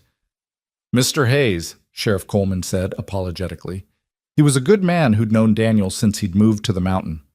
"I'm sorry about this, but Mr. Webb here has filed a missing person report. I need to search your property." "You have a warrant?" Coleman held up the paper. "Judge signed it this morning. I tried to fight it, Dan, but Webb's got lawyers making noise about obstruction." Daniel stepped aside. "Do what you need to do, Tom." The search was thorough but respectful. Coleman's doing, not Webb's. The sheriff made sure nothing was damaged, nothing disturbed beyond necessity. Webb prowled behind him like a wolf scenting prey, his expensive suit looking absurd in the rustic cabin. "Check the loft," Webb ordered. "I'll check everything," Coleman said mildly. "That's my job." Tommy sat on his bed in the loft, book in hand, the picture of innocence. He looked up when the sheriff climbed the ladder. "Hi, Sheriff Coleman." "Hey, Tommy, just need to look around a bit, okay?" "Are you looking for the lady?" Tommy asked with childlike directness. Webb's head snapped up. "What lady?" Tommy looked confused. "The one on the missing posters Dad saw in town last week. The one with the weird hair." "That was a lost hiker from last month, buddy," Daniel said smoothly. "Different person." Coleman finished his search and climbed down. "Nothing here, Webb, like the man said." Webb turned on Daniel. "You're lying. I know she was here." "Prove it," Daniel said simply. Webb's face darkened. You have no idea what you're interfering with. Claire Whitmore is disturbed. She needs help. If she's so disturbed, why isn't her family here looking for her? Daniel asked. Why send a hired gun? I represent the family's interests. You represent Richard Blackstone's interests, Daniel interrupted. I may live on a mountain, but I'm not stupid. I know how to use the internet when I go to town. Claire Whitmore's been in the society pages for years. Funny how she suddenly developed mental illness right when she refused to marry Blackstone's son. Sheriff Coleman's eyebrows rose. That true, Webb? The family situation is complicated. Sounds pretty simple to me, Coleman said. Woman doesn't want to get married, so you're hunting her down. That about right? She's sick. Then get a doctor's statement. Get her family to file the report themselves. Until then, stop wasting my time. Coleman turned to Daniel. Sorry about the intrusion, Dan. After they left, Tommy scrambled down from the loft. Did I do good? You did perfect, Daniel said, ruffling his hair. But remember, lying is wrong except when telling the truth would hurt innocent people, Tommy finished. I know, Dad. That night, Daniel made his way to the ranger station, taking a circuitous route in case he was being followed. He found Claire fevered and shaking, her injuries infected despite their best efforts. Hey, she said weakly when he entered. Fancy seeing you here. Daniel's heart clenched at the sight of her. He immediately went into caretaker mode, checking her temperature, examining her wounds. The head gash was red and angry-looking, and her leg was swollen. You need antibiotics, he said. The ones Jim brought aren't strong enough. You need a doctor, Claire. No doctors. They'll find me. Then you'll die, Daniel said bluntly. Infection setting in. Another day or two without proper treatment. Then I die, Claire said with a weak smile. Better than going back. Don't say that. Daniel's voice was rough with emotion. Don't you dare give up. I'm not giving up. I'm being realistic. Daniel was quiet for a moment, then made a decision. There's someone who might help, Doc Harmon. He lost his license years ago for prescribing pain meds to people who actually needed them, instead of following bureaucratic rules. He lives about 20 miles north, completely off the grid. Can you trust him? Saved Tommy's life when he had pneumonia 2 years ago. Yeah, I trust him. But bringing him here, I'll blindfold him for the last part. He won't ask questions. Daniel stood. I'll be back before dawn. Daniel, wait. Claire caught his hand. Why are you doing this? Really? He looked down at their joined hands, his rough and calloused, hers soft despite the recent hardships. Because you matter, he said simply. To Tommy, to me, you matter. Before she could respond, he was gone. The next hours were a haze of fever dreams for Claire. She saw Richard's face morphing into her father's, both telling her she was worthless without them. She saw her mother, cold and perfect, explaining that love was just another transaction. She saw Tommy crying because she'd left, Daniel turning away in disgust when he learned who she really was. When she woke, there was an old man with kind eyes and steady hands examining her injuries. Well, he said in a gravelly voice, you've certainly done a number on yourself, young lady. Are you Doc Harmon? I am, and you're lucky Daniel found me when he did. Another day and sepsis would have set in. He pulled supplies from his bag. This is going to hurt, but it'll save your life. The next hour was agony as he cleaned and properly treated her wounds, set up an IV for antibiotics, and resplinted her leg. Daniel held her hand throughout, his presence the only thing keeping her grounded. She needs at least 3 days of IV antibiotics, Doc told Daniel. I'll leave enough. Show you how to change the bags. The fever should break within 24 hours. If it doesn't, you'll need to get her to a hospital. Consequences be damned. Understood. Doc packed his things, then paused. Daniel, I don't know who she is and I don't want to know. But whoever's after her has serious resources. There's been men in town asking questions, throwing money around. Let them ask. Just be careful. That boy of yours needs his father. After Doc left, Daniel settled in beside Claire's cot. She was sleeping more peacefully now, the antibiotics already beginning their work. He studied her face in the lantern light. Even bruised and battered, she was beautiful, but it was more than that. There was strength in the set of her jaw, kindness in the lines around her eyes, courage in the way she'd chosen freedom over comfort. He was in trouble, and he knew it. Somewhere between finding her in the snow and now, she'd become essential to him in a way he hadn't thought possible since Maria. It wasn't the same, nothing could be, but it was real and powerful and terrifying. Claire stirred, her eyes opening to find him watching her. "You're still here," she murmured. "Where else would I be?" "With Tommy, being safe, being smart. Tommy's with the Petersons tonight. Told them I had to help Jim with something at the ranger station." He squeezed her hand. "And I've never been accused of being smart." "Liar, you're one of the smartest men I've ever met. Book smart and life smart are different things." "You're both." She shifted, wincing. "How bad is it? The infection?" "Doc says you'll be fine. Just need rest and antibiotics." "And then what? I can't stay here forever." "We'll figure it out," Daniel said. "One day at a time." Over the next 3 days, Daniel split his time between caring for Claire and maintaining normalcy at home. He'd leave before dawn to check on her, changing IV bags and bringing supplies, then return to get Tommy ready for school. In the evenings, after Tommy was asleep, he'd make the trek again. Claire improved steadily. The fever broke after 36 hours, and the infection began to retreat. On the third night, she was well enough to argue. "You have to stop coming here," she said as Daniel prepared soup on the old stove. "They're watching you." "I'm careful. It's not worth the risk." "You're worth the risk," Daniel said without thinking, then froze. The silence stretched between them, heavy with implication. "Daniel," Claire said softly, "we can't." "I know. I'm leaving as soon as I can walk." "I know. This, whatever this is, it can't happen." "I know." He turned to face her. "But knowing something and feeling something are different things." "What do you feel?" she whispered. Daniel crossed to her, sitting on the edge of the cot. "Like I've been sleepwalking for 5 years and suddenly I'm awake. Like Tommy's not the only one who needed you to walk into our lives. Like letting you leave is going to tear something vital out of me, but I'll do it anyway because it's what's best for you." Tears rolled down Claire's cheeks.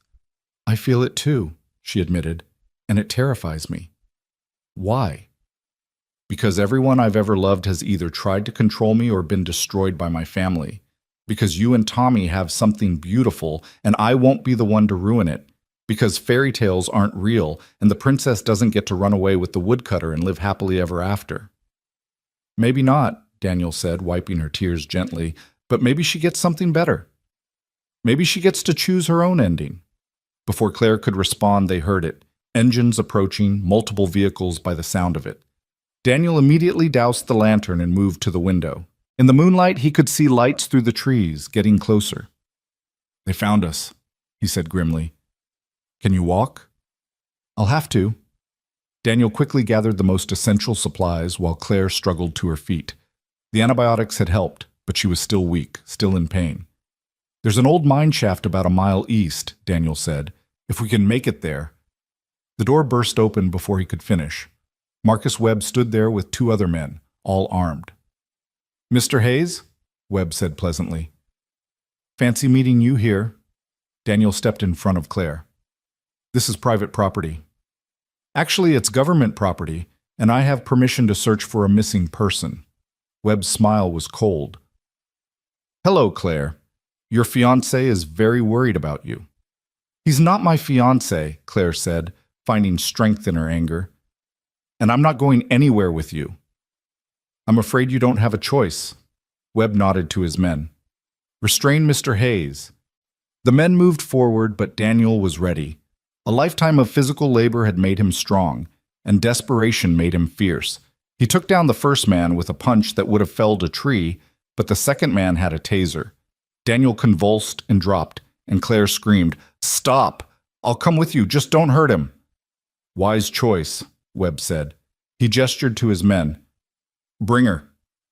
"Wait," Claire said desperately. "Let me say goodbye." Webb considered, then nodded. 30 seconds. Claire knelt beside Daniel, who was conscious but still shaking from the taser. She leaned close, pretending to embrace him, and whispered urgently in his ear. "Tommy's book, page 47. Remember that." Then louder. "Take care of Tommy. Tell him—" "Time's up," Webb said. The men hauled Claire to her feet and half-carried, half-dragged her to a waiting SUV. The last thing she saw was Daniel struggling to get up, calling her name. The drive was a blur of pain and despair. Webb sat beside her, talking on his phone to someone, Richard, presumably, assuring them that the package had been retrieved. "You won't get away with this," Claire said. "Kidnapping is a federal crime." "Kidnapping?" Webb laughed. "We're simply helping a mentally disturbed woman get the treatment she needs. We have documents signed by your parents authorizing Richard to make medical decisions on your behalf. Those won't hold up. Oh, they will for long enough." Webb's smile was cruel. "By the time any legal challenges work through the system, you'll be Mrs. Richard Blackstone, properly medicated and very compliant." Claire's blood ran cold. They were going to drug her into submission. Mr. Hayes will do nothing if he values his son's safety," Webb interrupted. "Mountain living is dangerous. Accidents happen all the time." "You bastard." "I'm a professional, Miss Whitmore. Nothing personal." Back at the ranger station, Daniel forced himself to his feet despite his muscles still spasming from the taser.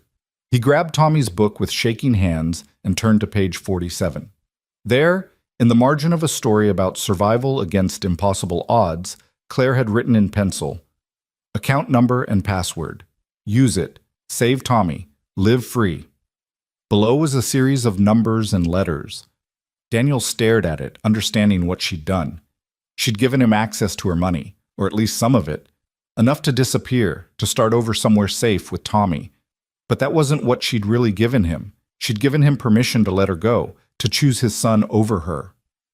Daniel carefully tore out the page and put it in his pocket. Then he did what Claire wouldn't expect, what Webb wouldn't expect, what even he wouldn't have expected of himself a week ago. He went to war. First, he retrieved Tommy from the Petersons, telling them there was a family emergency. Then he drove to Jim Morrison's house and laid out everything: Claire's real identity, the kidnapping, Webb's threats. Jim listened without interrupting, then said, "What do you need?" "I need to get to Denver without being followed. I need someone to watch Tommy, and I need you to call every law enforcement contact you have." "The first two I can do. The third—" "Dan, these people have money and power." "They have Richard Blackstone's money and power," Daniel corrected. "But Claire Whitmore has her own. And more importantly, she has rights. She's being held against her will." "Can you prove it?" Daniel thought about the page in his pocket, about what Claire had given him. "Yes," he said. "I can prove everything." Jim studied him for a moment. "You love her." It wasn't a question, but Daniel answered anyway. "Yes." "Then let's go get her." The plan was simple in concept, complex in execution. Jim would take Tommy to his sister's house 2 towns over, somewhere safe and hidden. Daniel would use back roads to get to Denver, avoiding any surveillance. Once there, he'd go to the FBI, not local police who might be influenced by Blackstone money. "What if they don't believe you?" Tommy asked when Daniel explained he had to leave. "Then I'll make them believe," Daniel said, hugging his son tightly. "I'll bring her back, buddy. I promise." "Dad?" Tommy pulled back to look at him. "Is Claire going to be our family, for real?" Daniel didn't know how to answer that, so he said, "I hope so." The drive to Denver was the longest 4 hours of Daniel's life. Every car could be Webb's men, every police cruiser could be looking for him, but he made it, pulling into the federal building parking lot just as dawn was breaking. The FBI agents were skeptical at first. A mountain man claiming a billionaire heiress was being held against her will sounded like either a conspiracy theory or a shakedown attempt. But then Daniel showed them the bruises on Claire's body he'd photographed while treating her, the pattern clearly showing abuse. He played a recording he'd made on his phone of Webb threatening him and Tommy. And finally, he showed them something he'd found in Claire's coat, a hidden pocket with documents showing Richard Blackstone had been systematically stealing from her trust fund. "She was running because she discovered the theft," Daniel explained. "Blackstone needs to marry her to cover it up, to gain full control of her assets legally." The agent in charge, a woman named Sarah Chen, studied the evidence. "This is serious," she said. "But we need more. We need proof she's being held against her will right now." Daniel pulled out his phone. "She gave me her password. Check her credit cards. I guarantee they're being used right now, and not by her." Agent Chen made a call. Within minutes, they had confirmation. Claire's cards had been used to check into a private psychiatric facility owned by a company that, through several shell corporations, traced back to Richard Blackstone. "We've got enough for a warrant," Chen said. "But Mr. Hayes, you should know, places like this have lawyers on retainer. They'll fight us." "Then we fight back," Daniel said simply.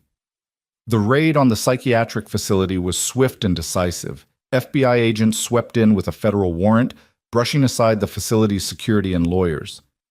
They found Claire in a locked room, already showing signs of heavy medication. "Daniel?" she said groggily when she saw him behind the agents. "You came." "I told you," he said, gathering her into his arms. "Family protects each other." Richard Blackstone was arrested on charges of kidnapping, fraud, and false imprisonment. Webb was charged as an accomplice. Claire's parents, faced with evidence of their complicity, quickly distanced themselves from the entire affair. But all of that was just noise to Daniel. What mattered was Claire in his arms, Tommy safe with Jim's sister, and the chance for a future he'd never dared imagine. The media explosion was immediate and overwhelming. The story of the billionaire heiress, the mountain man who saved her, and the corruption that had nearly destroyed her was irresistible. Reporters descended on the small mountain town, looking for Daniel and Tommy. They didn't find them. 3 days after the rescue, Daniel and Claire sat in a hotel room in Denver, watching the news coverage with a mixture of amazement and horror. "They're calling you a hero," Claire said, still weak but improving without the drugs in her system. "They're calling me a gold digger," Daniel corrected, pointing to another headline, suggesting he'd orchestrated everything to get Claire's money. "Do you care?" "Not even a little." He took her hand. "But Claire, we need to talk about what happens next." "I know." She turned to face him fully. "I've been thinking. I can't go back to that life. I won't. But I also can't just disappear to your mountain. The media would never leave us alone. So what do we do?" Claire smiled, and for the first time since he'd met her, it was without reservation or fear. "We do something unexpected. We tell the truth, all of it, and then we make our own choices." "Which are?" "I want to liquidate most of my assets, set up a trust for Tommy's education, create a foundation for domestic abuse survivors, and then," she squeezed his hand, "then I want to go home. To your cabin. To our cabin, if you'll have me." Daniel's throat was tight with emotion. "You want to live on a mountain with no running water and an outdoor bathroom?" "I want to live an honest life with people who value me for who I am, not what I'm worth." She touched his face gently. "I want to wake up to your face and Tommy's laughter. I want to learn to trap rabbits and make pine needle tea. I want to choose love over money, substance over style, family over fortune." "Your family will disown you." "They already have." "The media will call you crazy." "They already are." "Life on the mountain is hard." "Life without meaning is harder." Daniel kissed her then, pouring everything he couldn't say into the contact. When they pulled apart, both were crying. "Tommy's going to be insufferable," Daniel said. "He predicted this from day one. He's a smart kid. He gets it from his father." "And his mother?" Claire said carefully. "Maria must have been extraordinary to raise such a wonderful boy, to inspire such loyalty in you." Daniel was quiet for a moment.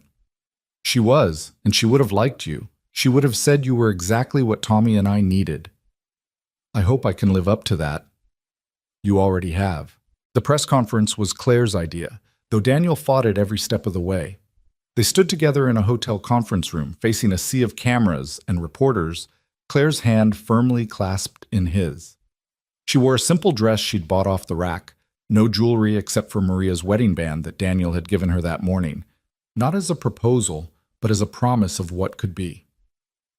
"I want to address the speculation about my relationship with Daniel Hayes," Claire began, her voice steady despite the chaos of clicking cameras. "He saved my life, both literally and figuratively. He and his son showed me what real family means, what real love looks like. Not the transactional relationships I was raised with, but genuine care without expectation of reward." "Miss Whitmore," a reporter called out, "are you saying you're choosing to live in poverty with Mr. Hayes?" Claire's laugh was genuine. "I'm saying I'm choosing to live with purpose, Daniel and Tommy Hayes have more wealth in their character than I've seen in any boardroom. As for money, she paused, looking at Daniel. I'm establishing the Maria Hayes Foundation for Rural Education, funded with the majority of my inheritance. Tommy's late mother was a teacher, and this will be her legacy. Daniel hadn't known about this. His throat tightened as Claire continued. Furthermore, I'm creating a network of safe houses for domestic abuse survivors, starting with properties my family owns but never uses. As for myself, I'll keep enough to ensure we can improve the cabin's infrastructure and provide for Tommy's education. Everything else goes to people who need it more than I do. Mr. Hayes, another reporter shouted, what do you say to accusations that you manipulated a vulnerable woman for her money? Daniel stepped forward to the microphone. He'd never spoken to a crowd before, but he thought of Tommy watching this somewhere and found his voice. I say that 2 weeks ago, I found a woman dying in the snow. I didn't know her name, her background, or her bank account. I knew she needed help. That's what decent people do. They help. As for manipulation, he looked directly at the camera. Claire Whitmore is the strongest person I've ever met. No one manipulates her. She makes her own choices, and I'm honored that she's choosing to face life with my son and me. But surely the lifestyle change, someone began. Will be an adjustment, Claire interrupted, but I've had wealth my entire life, and it never brought me peace. It never brought me safety. It certainly never brought me love. A man who owns almost nothing risked everything to protect me. A little boy gave me his favorite book so I wouldn't be lonely. That's worth more than any portfolio. After the conference, they retreated to the hotel room where Tommy was waiting with Jim Morrison, watching everything on television. Did we do good? Tommy asked, launching himself at both of them. You did perfect, Claire said, catching him in a hug despite her still healing ribs. You're famous now. I don't want to be famous, Tommy said seriously. I just want us to go home. Home. The cabin that Claire had seen for less than a week total, yet it called to her more strongly than the mansion she'd grown up in. There's something else, Claire said, pulling back to look at both of them. My parents have agreed to sign papers legally disowning me, cutting all ties. It's what they want. I'm an embarrassment now, but it also means I'm free, completely free. I'm sorry, Daniel said, though he knew she wasn't. Don't be. I'm gaining more than I'm losing. She ruffled Tommy's hair. I'm gaining a real family. The trip back to the mountain was surreal. Reporters tried to follow, but Jim Morrison and his ranger colleagues made sure they got lost on the winding mountain roads. By the time Daniel's truck pulled up to the cabin, they were alone. Claire stood looking at the small structure, seeing it clearly for the first time without the haze of pain and fever. It was rough, certainly, primitive by any standard she'd known, but there was beauty in its simplicity, honesty in its construction. Second thoughts? Daniel asked, coming to stand beside her. No, she said firmly, but I do have some first thoughts about indoor plumbing. Daniel laughed.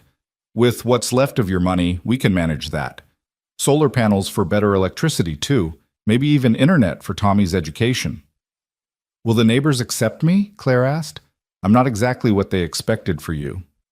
The Petersons already invited us for dinner next week. Sarah asked if you'd help with the school fundraiser, and Doc Harmon sent word that you're officially his most interesting patient ever. Miss Claire, Tommy called from the doorway. Come see. Dad and I made your room while you were gone. They'd converted the small storage room into a bedroom, barely big enough for a bed and dresser, but clean and welcoming. There were wildflowers in a mason jar on the windowsill and a quilt that looked handmade on the bed. Mrs. Peterson made the quilt, Tommy explained. She said every mountain woman needs one. Claire traced the careful stitching, tears threatening. It's perfect. It's temporary, Daniel said from the doorway. Until what? Until they married? Until they built an addition? Until she realized this life was too hard and left? The unfinished sentence hung between them. Until it's not, Claire said simply. That first week was an adjustment for everyone. Claire learned the rhythm of mountain life, hauling water, keeping the fire going, cooking on a wood stove. Her hands, soft despite her recent ordeal, developed blisters from chopping wood. Her designer clothes were replaced with practical flannels and worn jeans from the general store.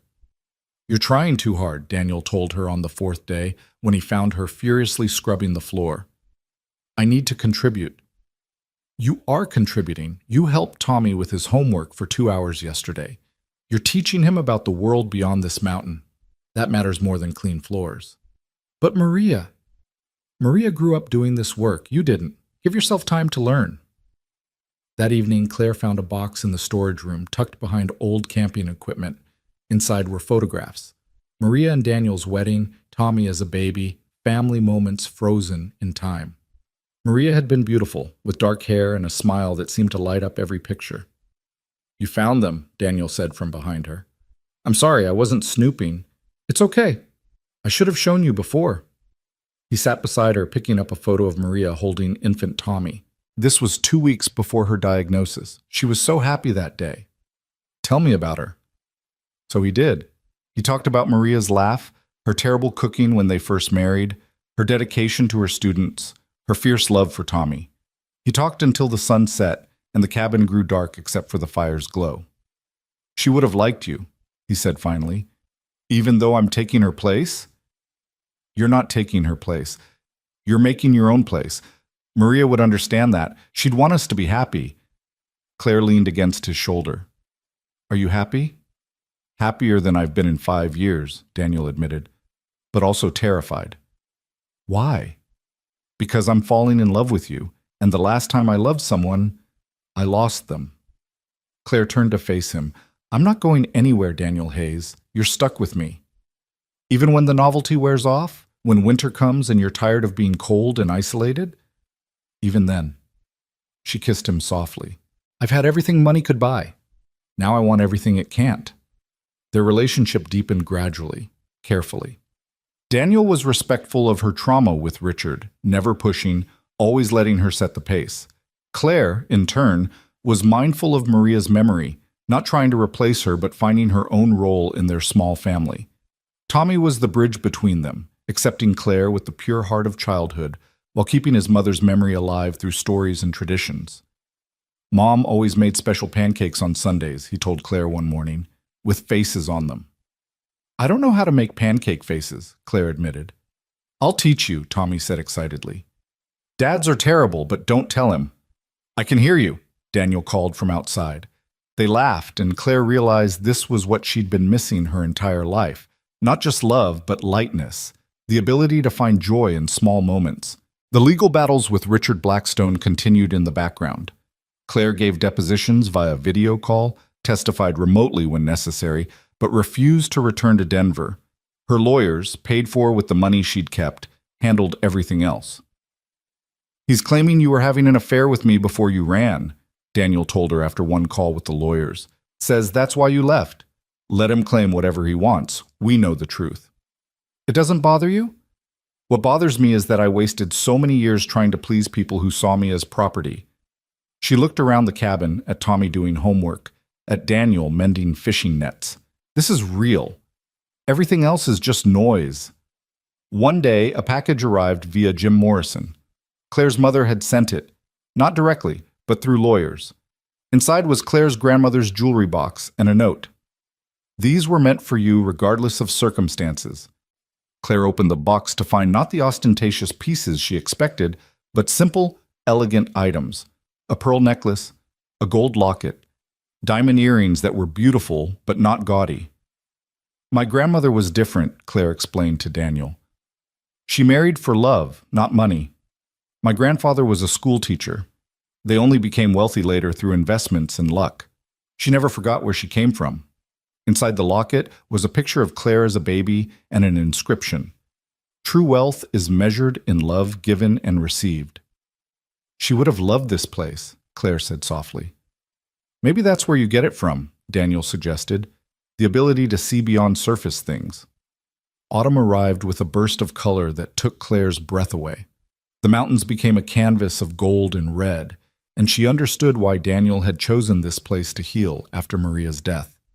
It's like the world is on fire, she told Tommy as they collected leaves for a school project. Dad says it's nature's way of showing off before winter, Tommy replied.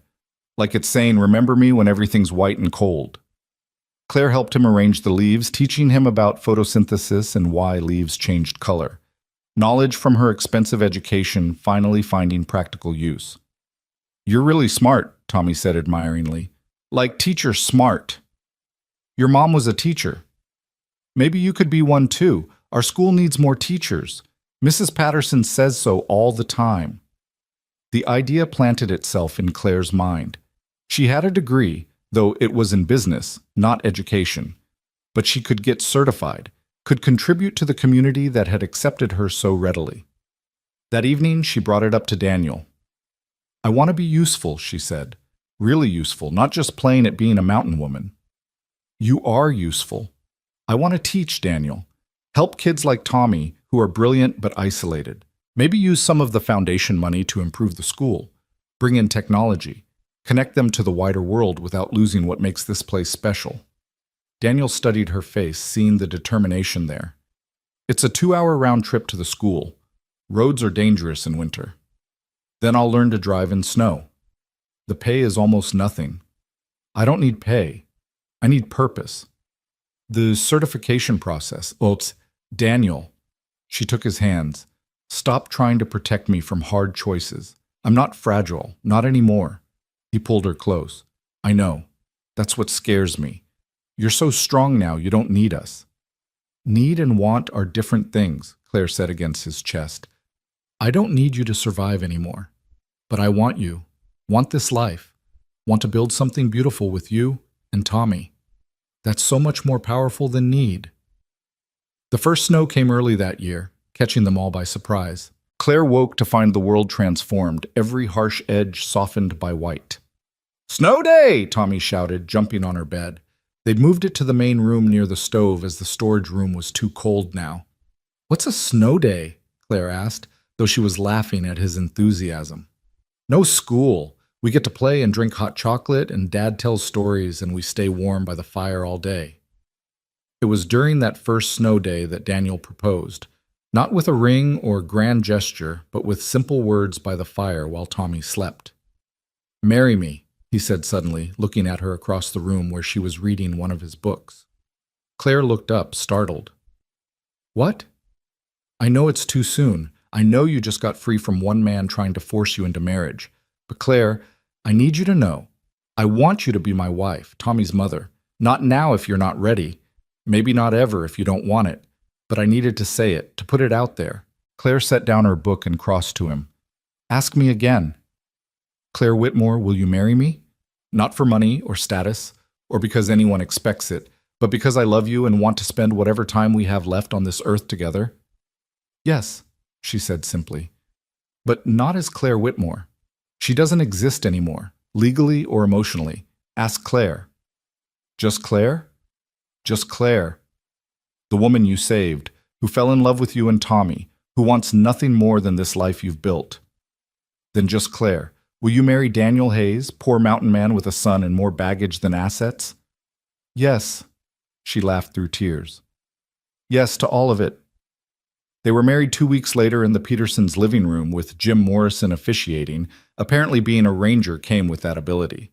Claire wore a simple dress from town, Daniel wore his only suit, and Tommy was the ring bearer with rings they'd bought from the general store. The ceremony was witnessed by a handful of neighbors who'd become friends. Doc Harmon gave Claire away, saying it was the least he could do for his most interesting patient. Mrs. Patterson cried. Sarah Peterson was the maid of honor, thrilled to be part of what she called the romance of the century. "Do you, Claire, take this man?"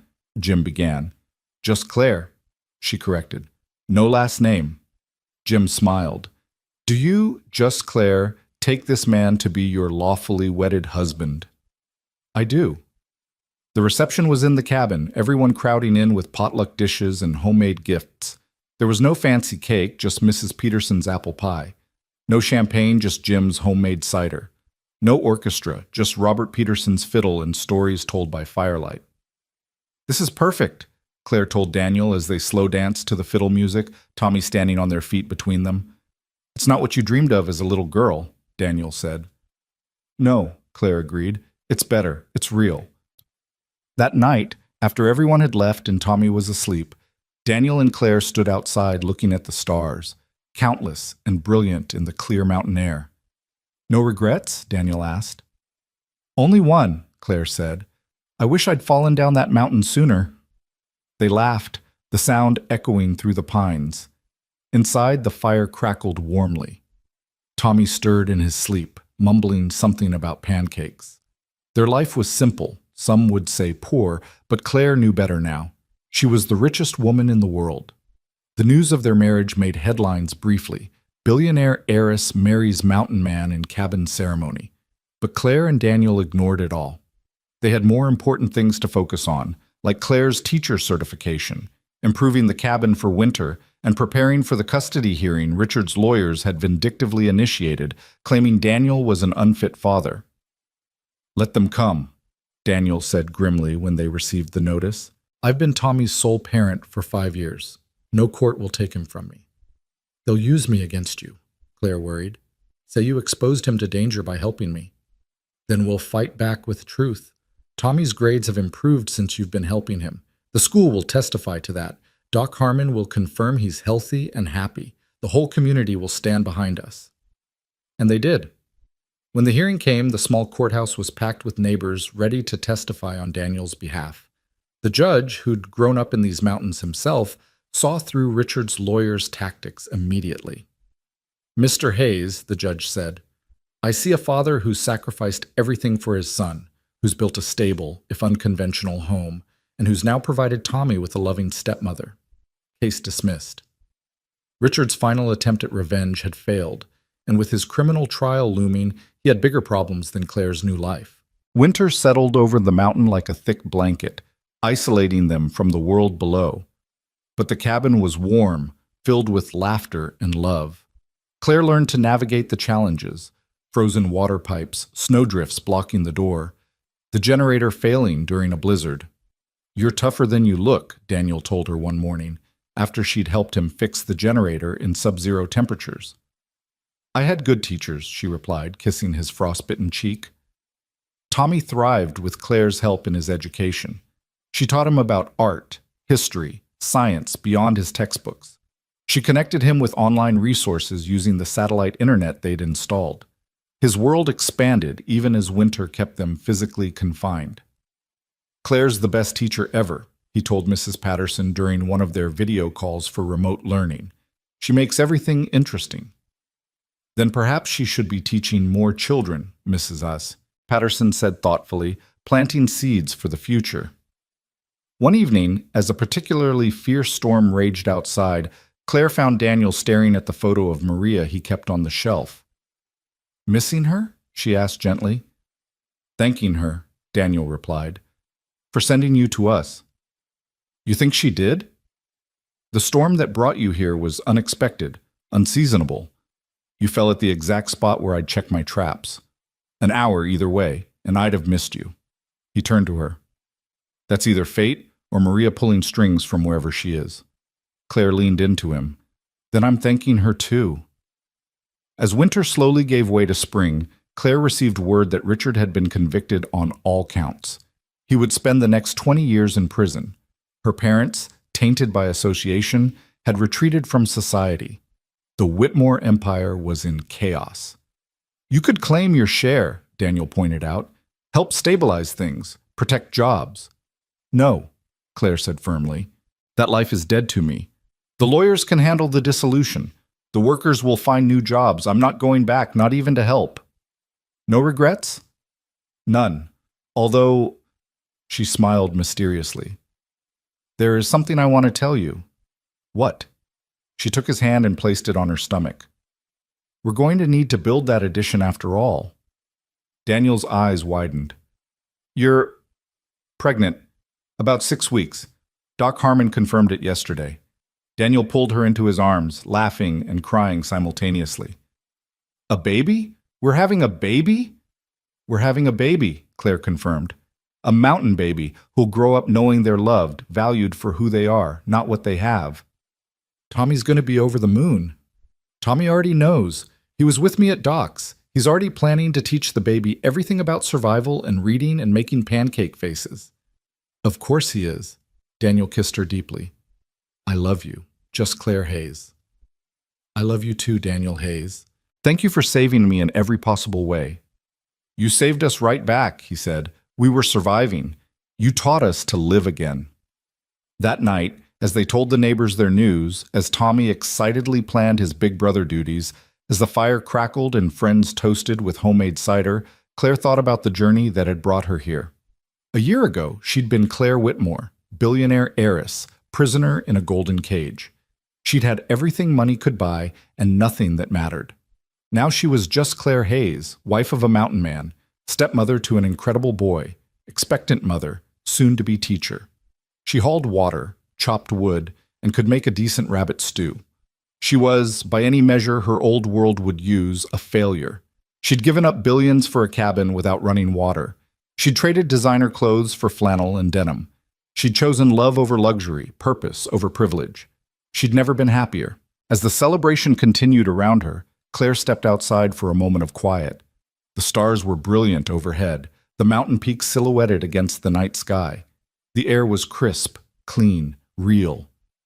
"Thank you," she whispered to Maria, to fate, to whatever force had brought her tumbling down that mountainside into Daniel's arms. The door opened behind her, and Daniel stepped out, wrapping a blanket around her shoulders. "Come inside," he said. "Your family's waiting." Her family.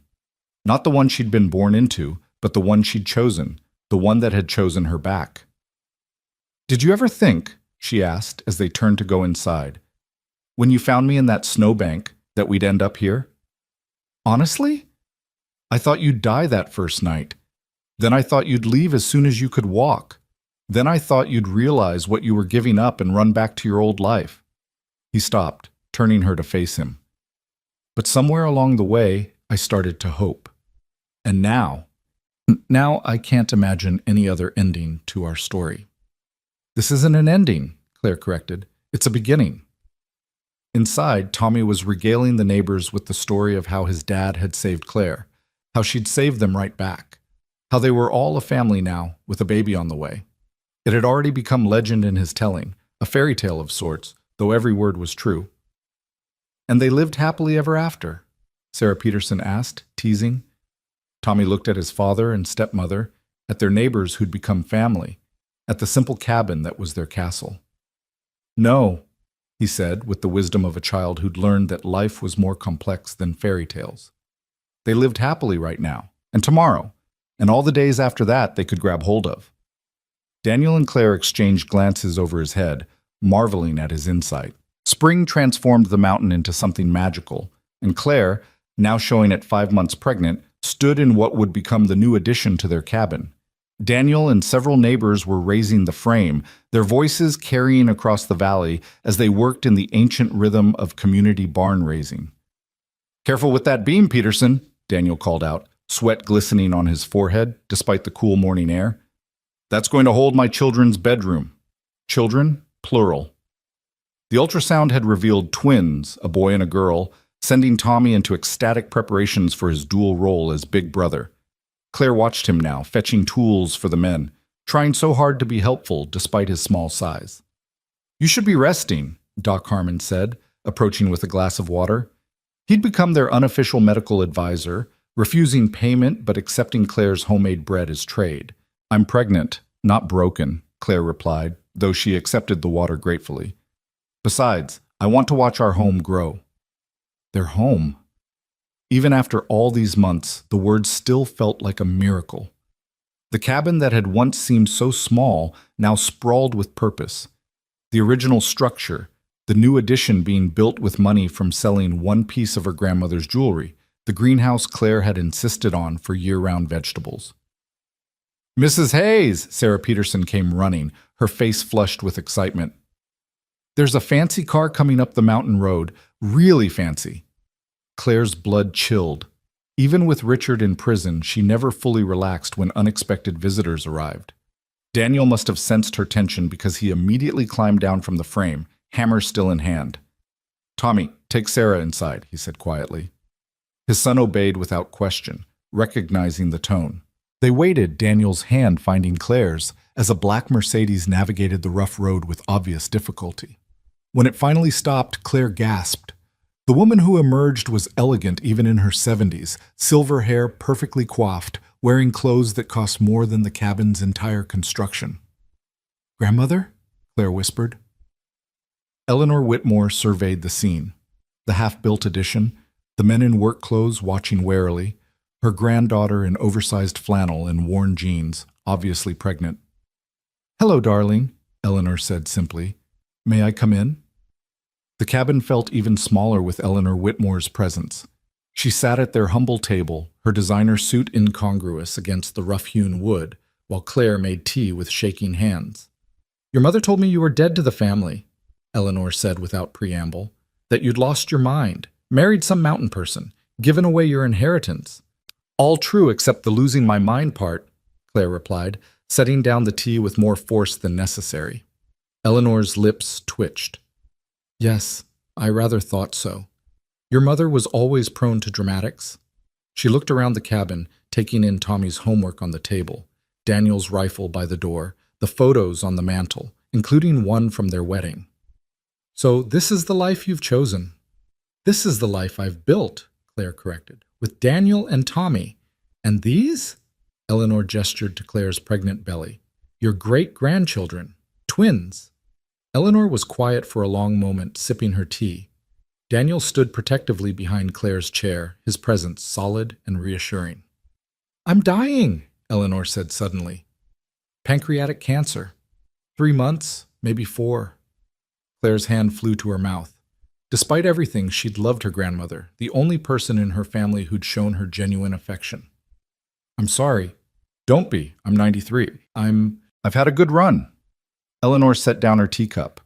"But before I go, I needed to see for myself what became of you. Your parents painted quite a picture. Mental breakdown, manipulation, a con artist taking advantage of you." "Daniel saved my life," Claire said firmly. "In every way a person can be saved." Eleanor studied Daniel then, really looked at him. "You're the man who stood up to Richard Blackstone." "I'm the man who loves your granddaughter," Daniel replied simply. "And asked for nothing in return?" "I asked for everything. Her presence, her partnership, her promise to build a life together. Money had nothing to do with it." Eleanor nodded slowly. "I believe you." She turned back to Claire. "You look happy. Genuinely happy, not the performed happiness of our world." "I am happy." "Then I have a proposition." Eleanor pulled out a document. "Your parents want to contest my will. They believe I'm leaving everything to charity since you've been disowned. They're wrong." Claire stared at the paper. "Grandmother, no, I don't want—" "Hush. It's not money, not directly. It's the cabin in Switzerland, the one where you spent summers as a child. The one place you were ever truly free, you once told me." Claire's eyes filled with tears. She had loved that cabin, the only simple place in their complex world. "It's yours, along with a trust that pays for its upkeep. But there's a condition." "There always is," Daniel muttered. Eleanor smiled. "Indeed. The condition is that you use it as part of your foundation, a retreat for families escaping abuse, a place to heal. Run it however you see fit, but keep it as a sanctuary." Claire looked at Daniel, who nodded slightly. "We accept." "Good." Eleanor stood, then swayed slightly. Daniel caught her arm, steadying her with surprising gentleness. "Thank you," Eleanor told him, "for seeing her worth beyond her wealth." "That was the easy part," Daniel replied. Eleanor stayed for dinner, an surreal evening of rabbit stew and cornbread served to a woman who dined with presidents. But she ate with genuine appreciation, listened to Tommy's excited chatter about becoming a big brother, and even helped with dishes despite Claire's protests. "I haven't washed a dish in 60 years, Eleanor mused, hands in soapy water. "I'd forgotten how satisfying it is." As darkness fell, Daniel offered to drive Eleanor's driver back to their hotel in town. The Mercedes would never make it back down the mountain in the dark. "I'll return tomorrow," Eleanor said, "if you'll have me.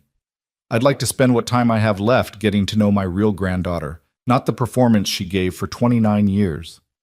After she left, Claire sat by the fire, overwhelmed.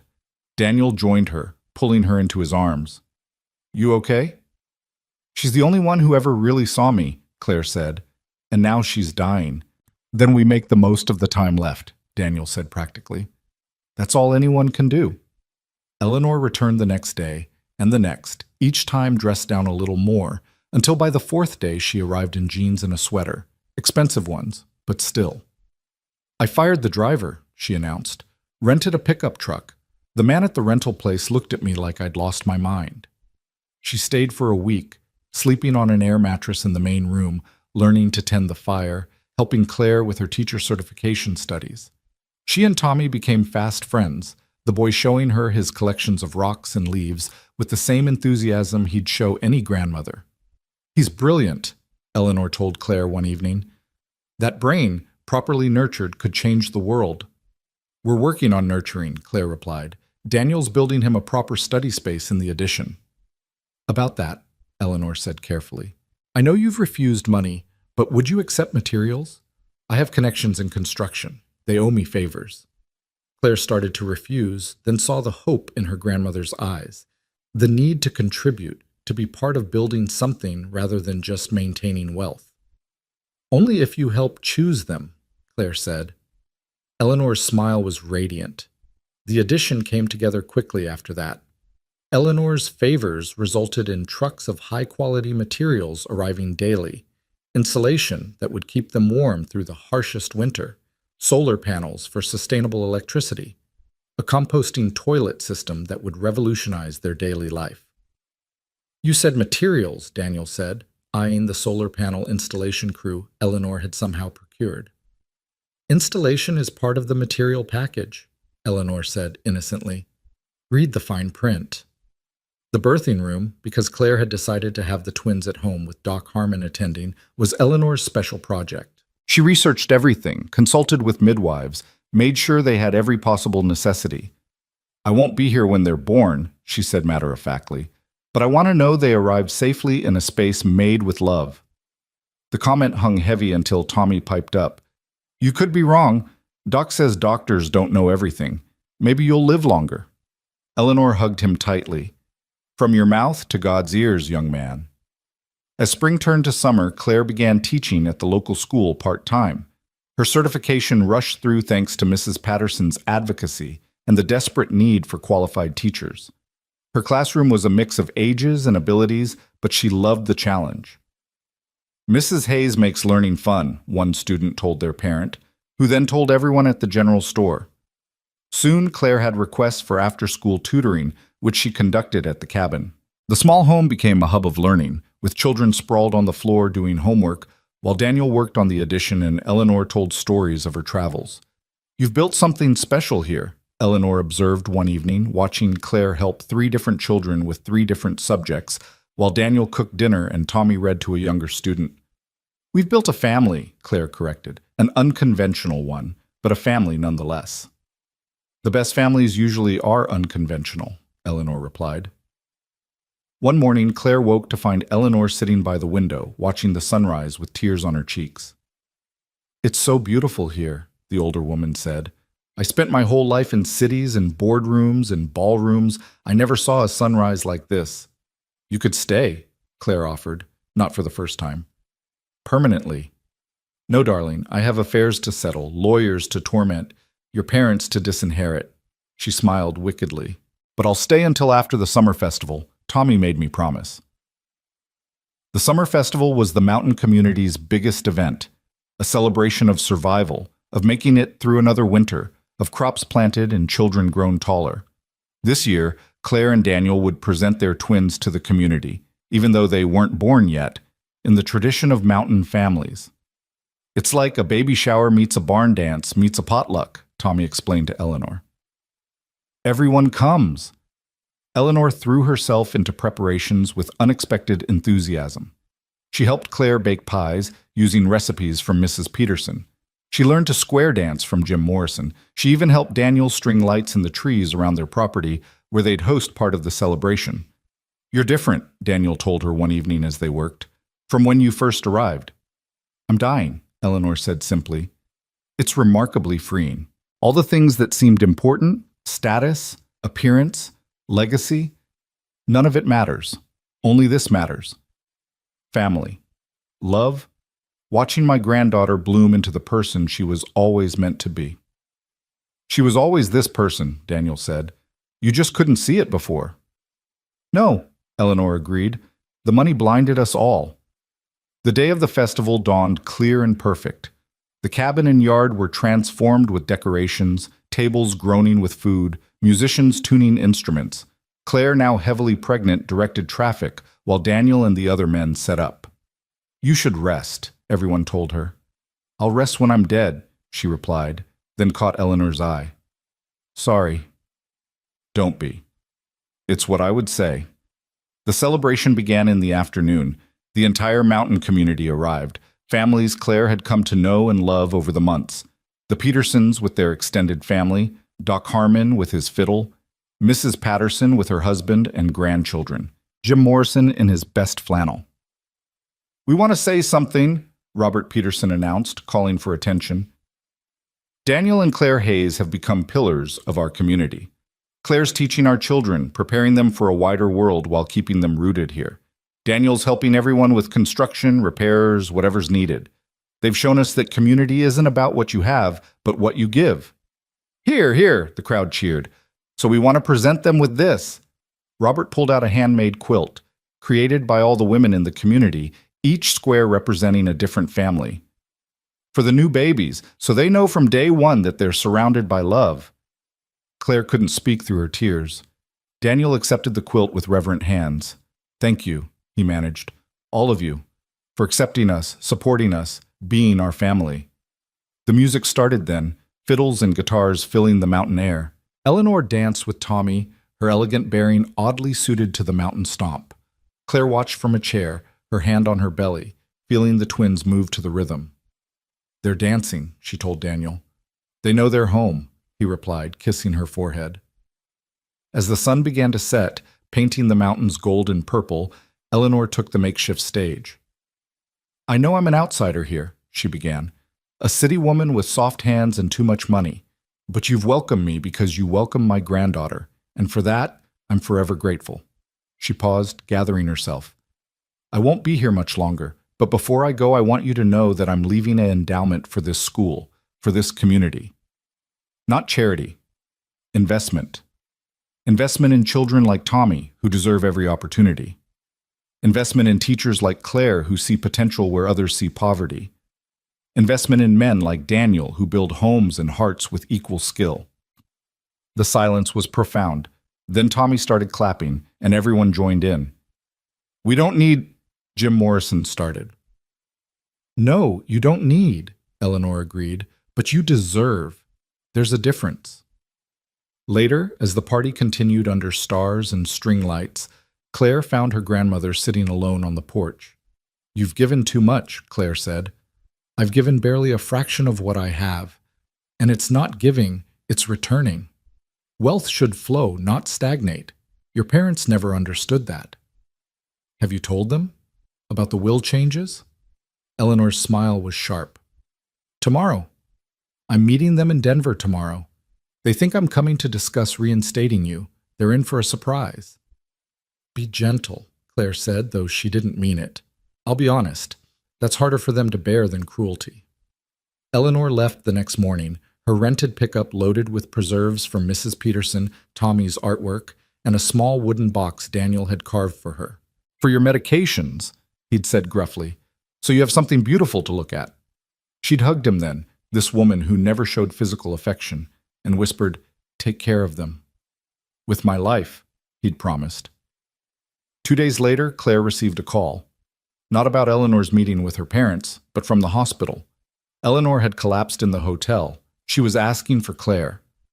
Daniel drove like a man possessed, making the trip to Denver in half the time it should have taken. They arrived to find Eleanor in a private room, looking small and fragile in the hospital bed. Don't look so tragic, she said weakly. I got to see you happy. That's more than I hoped for. Grandmother, your parents were here. I told them everything. They're furious, but impotent. The papers are signed, filed, irreversible. She smiled. Your mother actually stamped her foot like a child, 61 years old and stamping her foot. I don't care about them. Good. Don't waste energy on those who choose blindness. Eleanor reached for Claire's hand. The twins, promise me you'll name one Eleanor if it's a girl. The The girl will be Eleanor Maria, Claire said, after the two women who taught me about love. Eleanor's eyes filled. And the boy? Thomas Daniel, after his father and brother. Perfect.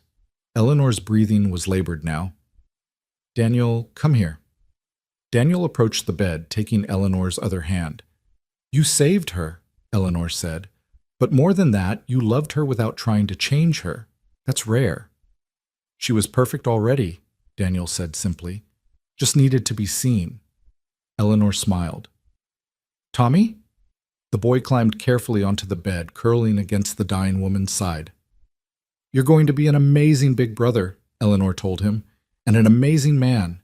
Be like your father, strong and gentle in equal measure. I will, Tommy promised solemnly. Will it hurt, dying? No, sweetheart. It's like going to sleep after the most wonderful day. She died that night, holding Claire's hand while Daniel held Claire and Tommy slept in the chair beside them. Her last words were, "Thank you for the sunrise." The funeral was a battle. Claire's parents wanted a society affair, all pomp and circumstance. Claire wanted something simple, meaningful. In the end, Eleanor's lawyer produced a letter with explicit instructions: cremation, ashes to be scattered on the mountain where she'd spent her last good days. She can't be serious, Claire's mother had said, looking at Claire for the first time in months. Our mother, scattered in the wilderness like some hippie? Your mother, Claire corrected. My grandmother. And yes, that's exactly what she wanted. They held the memorial at the cabin. Half the mountain community came, not because they'd known Eleanor long, but because she'd become one of theirs in the end. Jim Morrison spoke about transformation. Mrs. Patterson read a poem Eleanor had loved. Tommy sang a song he'd learned at school about going home. As they scattered her ashes in the meadow behind the cabin, where wildflowers bloomed in riotous color, Claire felt the first contraction. Daniel, she said calmly, I think Eleanor's going to meet the twins after all. The labor was long but uncomplicated. Doc Harmon arrived quickly, along with Mrs. Patterson, who'd delivered babies before modern hospitals reached the mountain. Daniel never left Claire's side, breathing with her, supporting her, whispering encouragement when she thought she couldn't continue. You're the strongest person I know, he told her during a brief respite between contractions. You left everything, survived a mountain, fought off predators, built a new life. This is just one more mountain to climb. Tommy waited in the main room with the Petersons, his ear pressed to the door despite being told not to eavesdrop. Eleanor Maria arrived first, screaming and perfect, with her mother's dark hair and her father's gray eyes. Thomas Daniel followed 15 minutes later, quiet and observant, taking in the world with serious consideration. They're perfect, Daniel breathed, holding both babies while Claire recovered. Absolutely perfect. They're ours, Claire corrected, exhausted but euphoric. That's even better than perfect.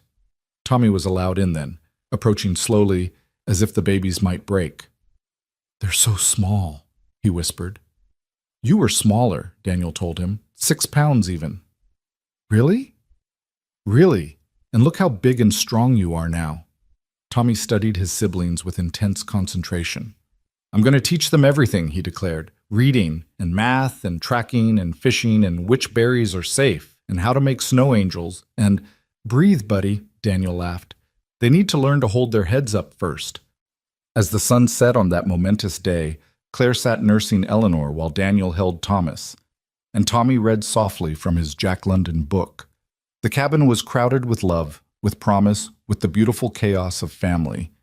Your grandmother would have loved this, Daniel said. She did love it, Claire replied. She saw it coming, that's why she could let go. Outside, the mountain stood eternal, witness to another generation born to its slopes. The fancy world Claire had left behind continued spinning without her, deals made and broken, fortunes gained and lost. But inside the cabin, in the warm glow of lantern light, the only fortune that mattered was measured in heartbeats and held breaths, in first smiles and tiny fingers wrapped around larger ones. We did it, Claire told Daniel that night as they lay with the twins between them, Tommy asleep in his loft above. We actually did it. Did what? Built a life. A real life, not a performance or an expectation. Something true. Daniel kissed her gently. We're just getting started. These two are going to turn everything upside down. Good, Claire said. The best things usually do. A year later, the cabin had evolved into something unrecognizable from the simple structure where Daniel had first brought Claire. The addition was complete. 3 bedrooms, a real bathroom with Eleanor's composting toilet system, a mudroom for winter gear. Solar panels provided consistent electricity. The greenhouse produced vegetables year-round. Claire's teaching had expanded too. She now ran an after-school program funded by Eleanor's endowment, bringing technology and broader education to mountain children while respecting their roots. The program had attracted attention from education reformers, but Claire refused all interviews. I'm not a symbol, she told one persistent reporter. I'm just a teacher doing her job. The twins had grown into distinct personalities. Eleanor was bold and laughing, always reaching for new things. Thomas was thoughtful and careful, studying the world before engaging with it. Both were adored by their big brother, who took his responsibilities seriously. Ellie tried to eat a bug today, Tommy reported at dinner. I stopped her. Good job, buddy, Daniel said. Though in survival situations, bugs are actually good protein. Daniel, Claire protested. What? It's true. Their evening was interrupted by a knock. Unusual, as neighbors typically called out rather than knocked. Daniel opened the door to find a young woman, perhaps 25, with a black eye and a split lip, holding the hand of a small boy. I'm sorry, she said quickly. Jim Morrison said, he said you might help. My ex, he found us at the shelter in Denver. We need somewhere to hide just for a few days until my sister can come get us. Daniel and Claire exchanged glances. Without hesitation, Claire stepped forward. Come in, she said. You're safe here. The woman, Sarah, and her son Michael stayed for 2 weeks. Claire recognized the look in Sarah's eyes, the same trapped desperation she'd once felt. Daniel recognized it too, and together they provided not just shelter, but sanctuary. Why? Sarah asked one evening as she helped Claire with the twins. Why help strangers? Because someone helped me when I was a stranger, Claire replied. And that saved my life in every way that matters. When Sarah's sister arrived to take them to Canada, to a new life with new names, Sarah hugged Claire tightly. I'll never forget this, she whispered. Pay it forward, Claire whispered back. Someday someone else will need what you can give. After they left, Daniel found Claire on the porch, watching the sunset paint the mountains. We're going to do this again, aren't we? He said. Help others escape. If you're willing. I'm willing. He pulled her close. It's what Eleanor would want. It's what Maria would want. It's what's right. It could be dangerous. So was saving you. Best danger I ever faced. And so the cabin became more than a home. It became a way station on an underground railroad of sorts, a place where those fleeing abuse could rest, regroup, and find their way to new lives. They were careful, selective, working with Jim and Doc Harmon to verify stories and ensure safety. But over the months that followed, they helped a dozen families find freedom. The mountain community, in its quiet way, supported them. No one asked questions when strangers appeared and disappeared. Everyone contributed, food, clothes, distraction when needed. It was what they did, how they survived, by taking care of each other. We're rich, Tommy announced one evening, apropos of nothing. We have everything we need, Daniel agreed, thinking the boy meant their improved circumstances. No, Tommy said. We're rich in the real way. We have each other and friends and people who need us and people we can help. That's the best kind of rich. Claire looked around their table, Daniel feeding Thomas mashed carrots, Eleanor in her high chair banging a spoon and laughing, Tommy doing homework while simultaneously making faces at his sister.